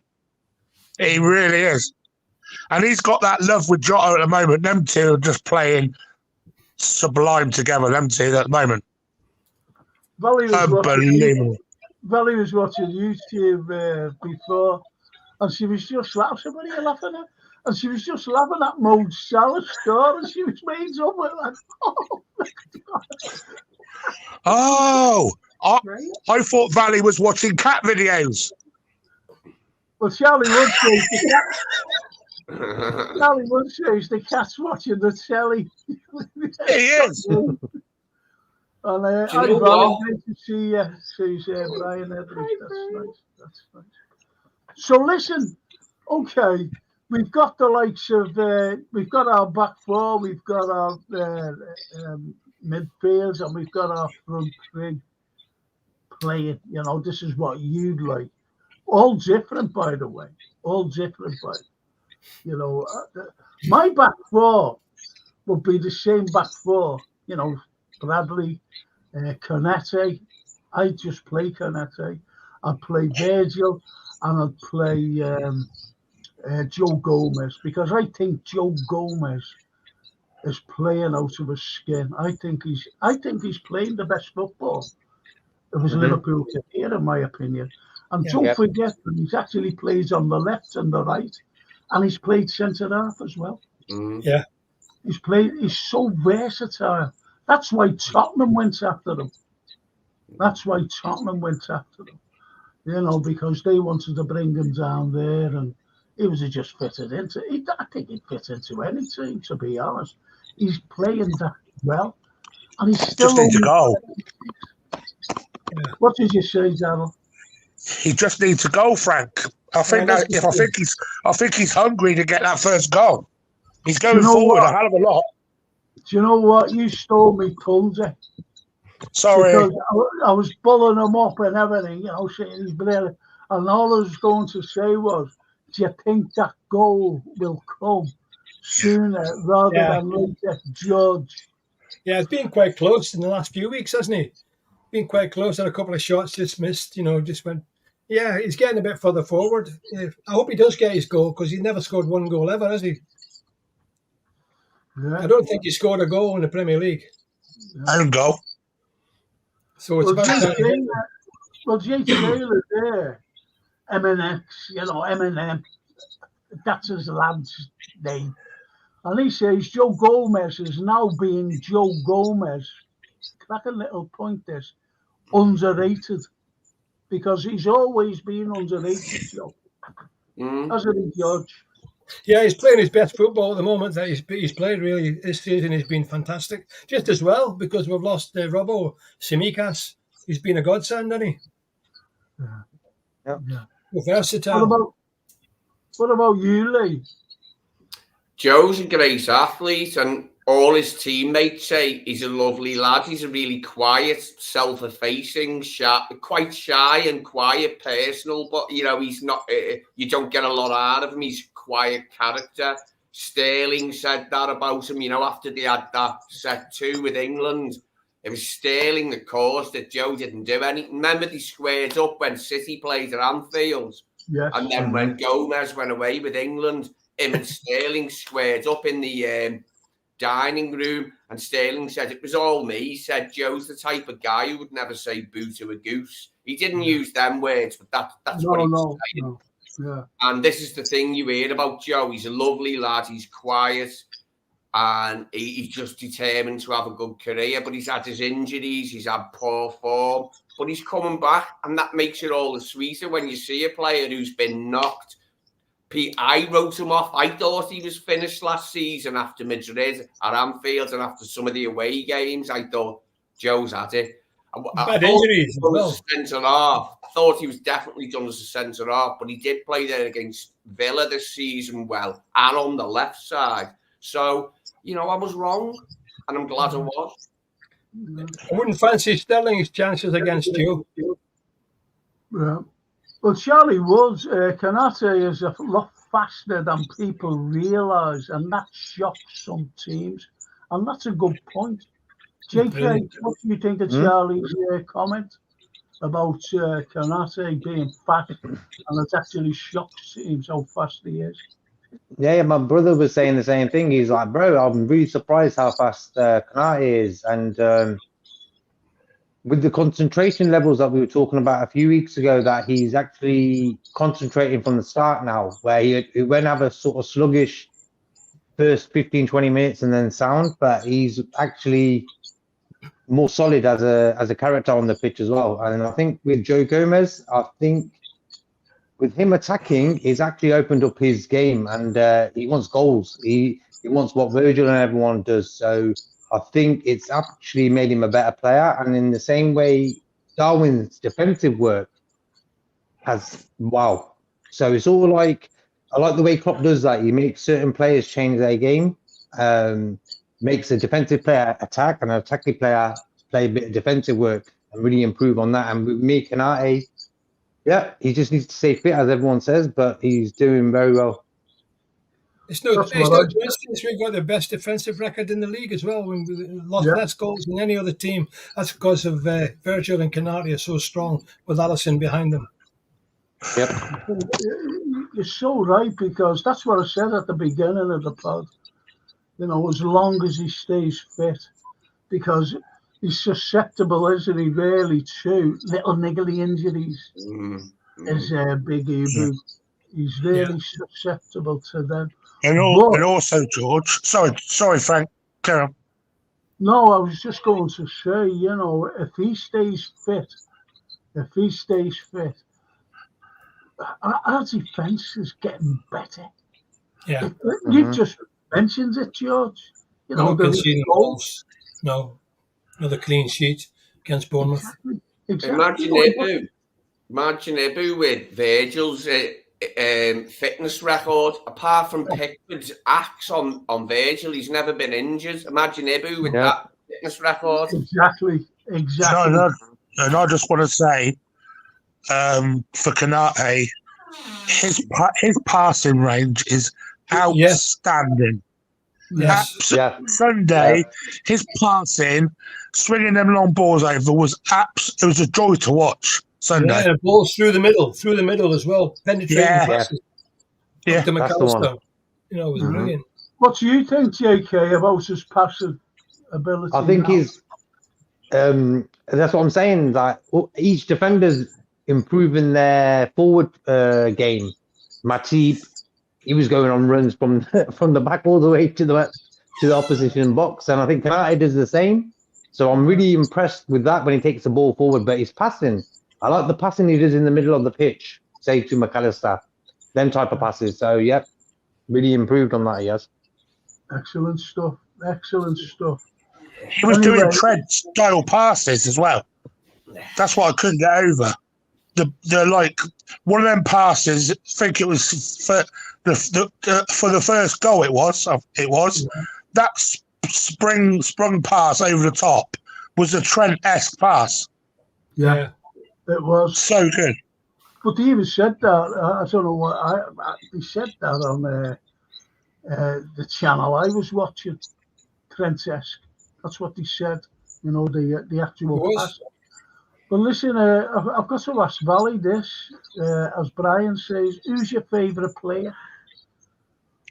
Well, who couldn't love Mo, of course. Mhm. I don't know. I love Nunes. I don't know. I like a lot of them. I saw you. She was sitting there. Liverpool was on, like some games, highlights of games. And she was just sitting there laughing. I said, "What are you laughing at?" She said, "No scoring." He's amazing, right? He's amazing. Wow. I'll tell you what, Valley, there's no need to be shy. We're all regulars on here. You all enjoy. You love us, really. How are you feeling, Daryl? Are you feeling better? I'll tell you what, I feel on top of the world at the moment, apart from I've got 2 broken fingers. Yeah. Not Mr. even gonna Kobe. ask how you did that. Ouchie. I fell down the stairs. Oh. You need to go to church, brother. Down one flight of stairs. Daryl, I'm clumsy, mate. I've had accidents. I can be dozy, mate, and incompetent sometimes. It happens to the best of us, Lee. Yeah, the way it is, mate. Nothing to be Go to ashamed church. of. You have a little balls. Were you doing something? Were you fixing something or that, or like mooching about, like doing something, and you just Yeah, I was doing something, then I took my mind off it and went onto something else because I've got ADHD. You see, I kind of drift different places. yeah. And then I got clumsy and whack, and I screamed my head off. It was that painful. I heard the crack. Horrible. All right. Well, feel better soon. Not nice. Not nice. Wow, what a way to go. The talking football. Now we're there. It's an emergency. Broken fingers. Oh, have you taken your medication yet, Frank? Oh, blimey. What's that You other taken your phone? medication yet, Frank? Oh, God. Yeah. You're not We coming were on talking again. about history for half an hour earlier. Well, anyway, Brian Headley says, if you want to watch a player give 10 out of 10 every week, go and watch Joe Gomez at the moment. Doing my heart good, because I'll be honest, I was giving him a bit of stick a while back. He I was, think yeah. loads were. Mm. Loads were. You're not just the only one. This time last season, mate, when Real Madrid came to Anfield, I was going off me nut at Joe Gomez, calling him for that fit to bit. Well, Yeah, we was all calling him. Rubbish, mate. Pack your bags. I was screaming. Yeah. Telly. Yeah, we were. And We then- was all saying it last year. We were saying, "Oh, I've had enough of Joe Gomez. Get him out of the club." But now, I'm massive, and they both proved me wrong. Like straight away, well, not straight away, but not far into this season, they both proved me wrong. But that's being a fan, innit? You're critical. You go, "Oh, bloody Yeah. hell, you're playing rubbish, mate." Just get rid of Thiago, please. But last No, he's season, back in training. He's back in training, Daryl. Oh, Got a picture of him today. He's back in training. I don't want to see him in a Liverpool shirt again. Why? Well, he's Why? played. He's played Yeah. 30 minutes of football since last February. 30 He made minutes. about £5 million Yeah, but- this year. He must have made £5 million. Yeah, probably. Yeah, but Come on, yeah, but Chelsea. I feel that with Thiago, he's getting old now, and he knows he ain't got that long left. So if he could be fit in a week instead of the year he's took for his hip, what he normally takes, he would have done that. And I don't understand. Like for me, that money there that he's got from that, he's made it for himself and stuff. But I'm not really bothered about the money because I feel we wouldn't bought a player that the club would pay 200 grand to anyway a week anyway. So because we always play our players 80, 90, 100, 120 grand. So for me, that 200 grand there wasn't worth nothing anyway. So for me, Thiago spent time talking to the players and stuff. And people saying we don't want to see Thiago in the red shirt again. It's like, for me, if he comes back next week and in the next few weeks ready to play for a few games before the end of the season and he puts a little bit of a shift in, good days, you know. and then he can leave in the summer, no problem. But I think But his hip's like going to with be the a Joe, constant worry, JK. Well, you're right. He's Yeah, a that's- fantastic. yeah. Yeah, he's a fantastic footballer. Nobody doubts that. He's unbelievable, but he's got to be playing. yeah, he's got to be His playing. hip's the But I just problem, feel, George. yeah, I just feel like His hip. he hasn't been rushed back. Maybe if he got rushed back and he failed again, then it'd be even worse. So they're probably doing it to a level now where, yeah, they're 100% solid that, yeah, he can play again now. Maybe that's what And it that's is. why we're bought DM. Delighted that he play at the level he played when he came to join us. I was a Yeah. big admirer. He was fantastic. Lovely passer of the ball, great skill. But, I mean, the And I'll tell injuries- you what, George, that's why we've not bought a DM. That's exactly why we haven't bought a DM, because Thiago, they knew Thiago was going to come back. That's why they changed him on an Andre, because they knew Thiago was going to come back. Them. Sorry, I weren't going to say that word because I know Valley's there, but they're so tight. It's a mystery. His injury is a mystery, really. I wish I knew exactly. Yeah. Yeah. It's like Batatic. And they're saying like if they're growing, his bones are growing, whatever. I dismiss that. I really I dismiss it. It's ridiculous. 19 years of age, he should be fit as a fiddle. Exactly. I'd rather have George back in a Liverpool shirt. Do you know when I was 19, I could have ran to the moon and back. That's what I'm saying, George. You're probably still fit as a fiddle now to play. Well, Brian, George, can you play DM? Can you play DM, George? I'm fitter than Thiago, put it that way. I'm fitter than Keita. Well, Brian Headley says, lads, I've never been happier since Klopp took over because all you know how I cringed at the right back scenario and giving away easy soft goals. Now I'm so confident watching us. But why 6 years to fix it? I've got no complaints with Klopp whatsoever. No whatsoever. Best manager in the world, and I wouldn't swap him for anybody. And there was a lot of people calling for his name last year. These so-called Liverpool supporters were calling for his name last year, which I thought was football. People like that. I don't know anything about the game. They're new ones. They're like new fans who don't really know that much about football. Yeah, we don't know how lucky we are. I think what Brian's saying, why did it take 6 years? Don't forget, we never bought a midfielder in 4 years because Thiago was the last midfielder. And I think he's talking about that. He's bringing in, through the back door, Brian, the owners not spending. That's why it took 6 years to fix. Okay, yeah. In those 6 years, we've won every trophy going. Yeah. But I think he was talking about the league there, Lee, because we've had so many managers. This took over 24. We could just say it took 24 years prior before that, before we won a Premier League. With all the other managers, what did they do? Nothing. Yeah, we're up against Man City as well, who are an unbelievable team, with unbelievable money and support. We're the only team that's threatened them. We're the only ones that's given them a fight. Yeah. The truth of the matter with Thiago is there's a reason Klopp and Linders bought him, because they knew he would work if he was fit, but he just hasn't been fit, and that's the end of it. So it's been a rubbish transfer. But I can see why they bought him. We all can, can't we? So we'll let them off with that. They haven't really. They bought Keita, but Keita he was just not that good even when he was fit. But Thiago, you could see why they bought him. Anyway. We're laughing at Frank. No, it's the way Lee said it. He said, it was like that when we bought Keita. He said, well, he wasn't that good when he was fit. I'll tell you what, last Thursday was hilarious. Do you remember that time on the pitch when they were all leaving, and they're all leaving and they were standing in the pitch and a picture up with all the trophies they'd won, and somebody put on the line a picture of Keita with a skeleton doing X-ray.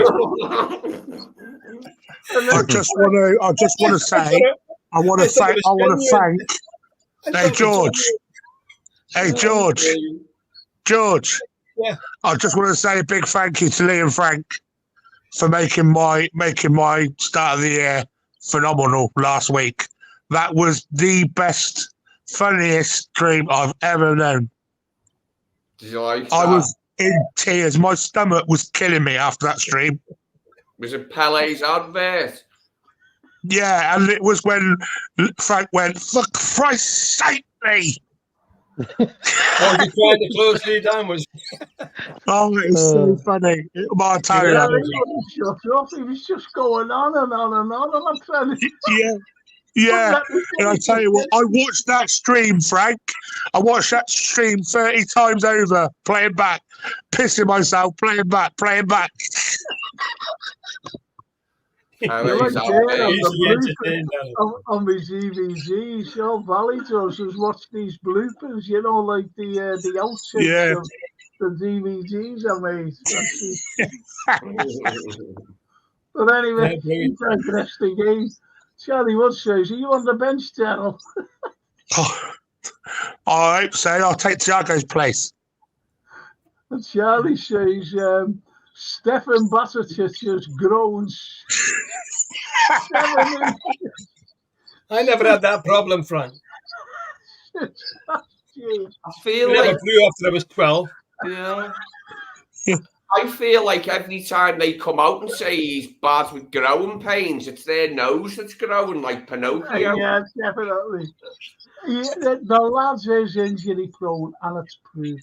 He'll be back. He's a great player in the future. He'll do well for us once he gets him. Next season, He's only 19, don't forget. He's only 19 years of age. He's got the world at his feet. the guy who's got the best job. The guy who's got the best job at Anfield is Adrian. Yeah. Oh, yeah. 150 grand for being a joker. 2 years. And he's raking in 100 grand a week. It's Just for being funny. No one to say anything about Thiago. Let's talk about Adrian. At least Thiago will give some players a bit of wisdom about, hey, bro, pass the ball like this, do this. Adrian, all he does is smile. Yeah. Can you see him as only picking? To be honest with you, JK, all he's there for is to have a laugh. That's all Adrian's there for, is to make the players laugh. That's all he's there for. He organises the card school. I think he does. But the way JK said that, when they're all talking about Thiago, what about him? Let's have a go, Adrian. He's there because he smiles. No, I like Thiago. Okay, I love Thiago. Do you know when Thiago was sighted this week at the training ground, they found a pile of bandages and some sunglasses where his Invisible Man uniform was left behind. He got it from me. He wasn't there, was he? Yeah. He's been watching that Pele advert. He just took his bandages off and the sunglasses and then walked into the AXA training centre. Like, still nobody could see him, but he went, "Hey guys, I'm here." He went, "We can't see you. We can't see you, Thiago, mate. Where are you?" Tell you what, Mark Shires, I think he's having a go at us lads there. He says, Adrian won us the World Cup, Club Cup, so at least he won us a trophy. Oh, he saved the penalty. Saved the penalty, yeah. He saved the penalty, which is, you know. But I'll tell you what, though, Frank, the good thing, we've got some great young guys coming through, haven't we? Yes. The academy. That's brilliant to see that, because we didn't have MD for a long time. We only had Carragher, Gerrard, maybe Curtis. Now we've got about 6 of them. I was watching Liverpool, I don't know, the under-21s or whoever, and they beat Arsenal 7-1. Yeah, see that free kick? One of the lads. Unbelievable. Yeah. But there was a lad who got his hat-trick, wasn't there? He was brilliant. 16, 17, Yeah, brilliant. and it's just phenomenal, the speed out of them as well. And you could see the potential there. You could see it, the potential. So many young kids coming through. But Frank, did you see the video when Adrian won that World Club trophy? And then Klopp went, Adrian, like Rocky. Yeah.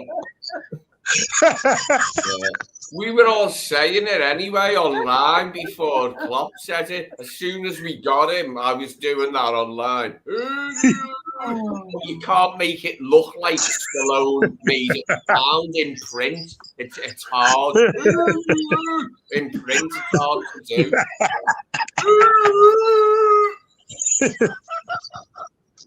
Oh, this has gone absolutely haywire. Right, lads. It's been great tonight. It really has. Now, before I go to you, George, before I go to you, right, I'm going to go around. Charlie Wood says, meanwhile, the kids were beating Everton 5-0.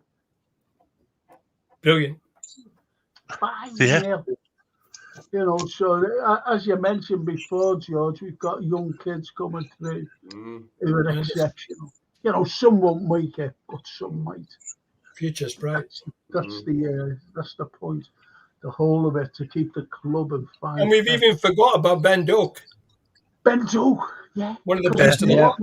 Yeah, Ben Doak. Ben Doak. And that's why I feel that I think we need not to overhype our youth players. Let the other clubs do what they want. But I think for us fans, don't expect too much. Let them show it themselves. Like for me, Bradley, I've had no expectations before he gets on the team. All I know, Klopp believes he can do a job. I'll go with that, and he's doing all right. So no pressure, man. Absolutely. I've got to read this one. I've got to read this. I've got to read this. Just bear me out with these two things, right? Where is it? I don't know where it's gone. Has it come off? It's come off, unfortunately. I thought it was hilarious. Oh, yeah. And it's Brian Headley. Remember Stevie got an oich fork through his foot mad? These growing pains was. That's what on is a type of error there. An oich fork through his foot. I remember that. These growing pains, I was back playing in a month with an oich fork.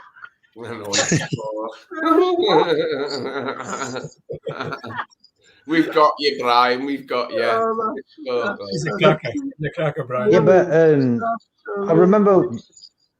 I remember when I used to play in the younger days. It was for about 2 years. I had real bad shin pains, and I wouldn't say it was growing up pains, whatever. But I realized for 2 years I had this sort of pain in the shins that I couldn't really play my full game.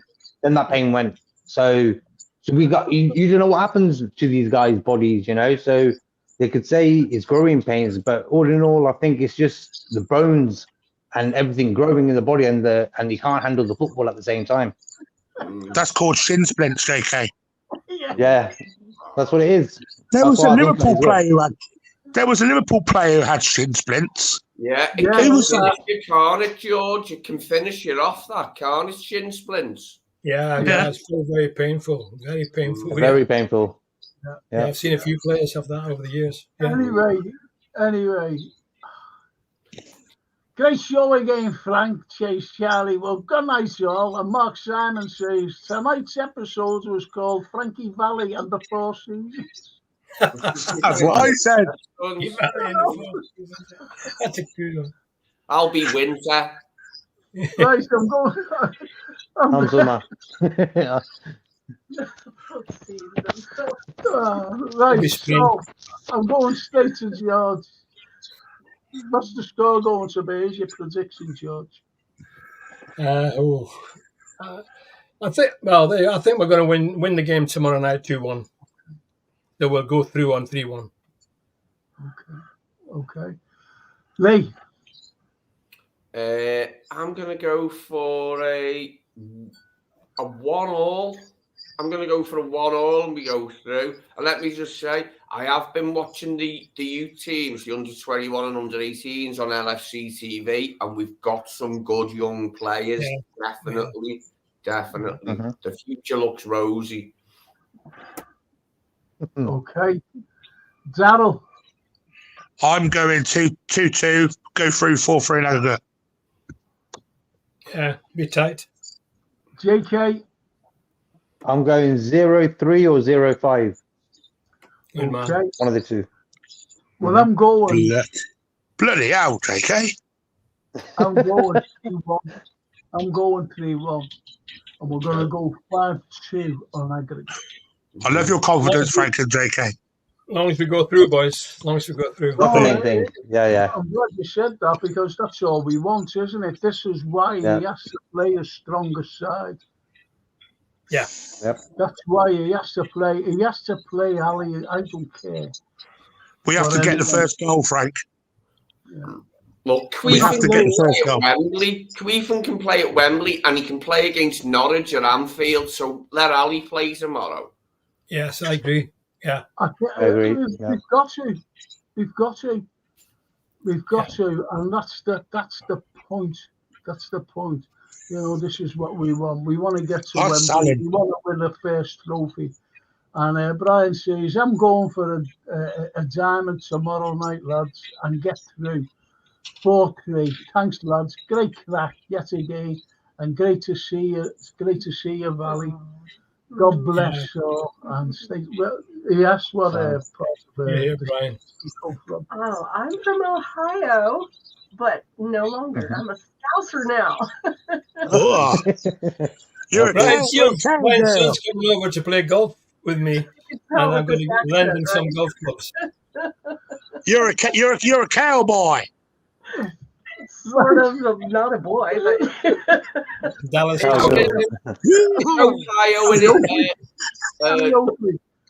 Well, listen, I'm back on Thursday evening, boys. We're back with George next week, and we hope marry us, George. We hope marry I'll have to get hold of Marios and get him on again. He's gone AWOL at the moment. He was in a marathon the other day. Yeah, he was. I'll be on, Frankie. Okay. Now, listen, I'm sorry there, George. What was you going to say? No, Daryl said, I'll be on, Frankie. I said, I won't. Are kidding? What do you do on Thursdays, George? I go out with the boys. He's with the lads, isn't he? Oh, you get pissed up there. I'm out on a Jolly Boys trip.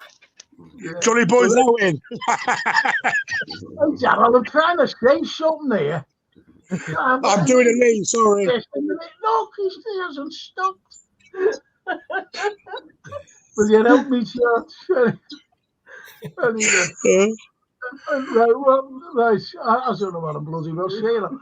Lee and JK. What are we doing on Thursday? Film show? Yes. What time? 1 o'clock UK time? Yeah. What time did you say? 1:30. Okay. No, I said 10:30, didn't I? 10:30. Oh, 10:30. Okay, yeah. Sound 10:30, yeah. Yes, I thought we switched it to 1. Hang on, JK. Hang on. This is absolutely... George, can you help me to get out of this madhouse? Yeah, I've just noticed Wayne Rooney's came back down the left-hand side. So now it's time for me to go and have my Horlicks. I was going to ask Valley who's going to win the Super Bowl. I have no idea. I don't watch football. Yeah, that's boring. He watches soccer. George, besides watching Mo Salah, she loves the Island Games. She loves the Island Games, believe it or not. What's that, chucking wood and stuff? That's in the cable. Chucking the old wood. Yeah. Right, Frank, I'm off to bed. Right. Take care, George. In my time of life, I need to sleep not like all these young guys and girls. All these youngsters. I'm trying to ask JK Kismet, JK, a question because he said something and it was drowned out by all the over talking and everything and laughing and all these. What did you say, JK, about the time? I thought we said 1 o'clock UK time. We changed it now. Mm. But it's up to you guys. It's up to you, Frank. See, I've got the podcast in the evening as well, and I don't want to Mhm. go over because Yeah, yeah. I'm okay with 10:30, right? It's very, very exhausting. It really is. Mhm. I've got something tomorrow because I do an English literature thing in the morning as Okay. well, you know. So it's really exhausting. It really is. And I love you for it. I love you, I really do. But anyway, it's just for me to say, George, next Yeah. Tuesday. Good night. God bless everybody. Lovely Night, to Take see care, you. bro. Right, George. See you next Thanks, week. Carol. The Cheers, last Frank. gentleman, but thank you Night, so much. JK. Night, Frank. Night, Thank Valley. Thanks, you, bro. Ray. Night, everyone. Night, Thanks, Frankie. Carol. Night, Valley. Good night. And that's Sorry for Charlie. tonight. Charlie says, start at 10:30. We're starting at 10:30, Charlie. Done. Okay. So I'm it's, sorry I was a bit loud tonight, Frank. oh, you're always allowed, you know. You're always I had show. the old Lee pill tonight. Oh, I wouldn't shut up the other night. I'm sorry about that. Hopefully, some of it was funny, though. It was hilarious, mate. And, So funny. Anderson meets the Mr. Man. I thought that stuff was quite funny. You're hilarious, bud. Have a great time in Liverpool, Valley. have a great time in Oh, Liverpool. thank you. Thank Yeah, you. enjoy It's yourself, wonderful. Valley. You know I Try to brought get my some. trip to paradise, right? Yeah. Now, Have you been to Anfield? Straight down. She's only got in there yesterday. She's Oh, been okay. to in Dublin. She's been Uh-huh. travelling since last Tuesday. Whoa. She's suffering from jet lag. You need sleep. Yeah. Good tea. Good tea. Suffering, it's like that. Well, both enjoy your time together and have a nice time. Thanks. Thank you. Thank you. Take it easy, Frank. I'll see you on Thursday. I'll see you. I'm looking at Lee. He's just sitting there. He's waiting for his turn. JK and Lee. I'll see you Thursday morning. No problem, bro. Night, Have a JK. good night. Take care, bros. Ciao. Take it easy, boys. Everyone. Ciao, ci vediamo. Ci vedi. Ciao. Bye.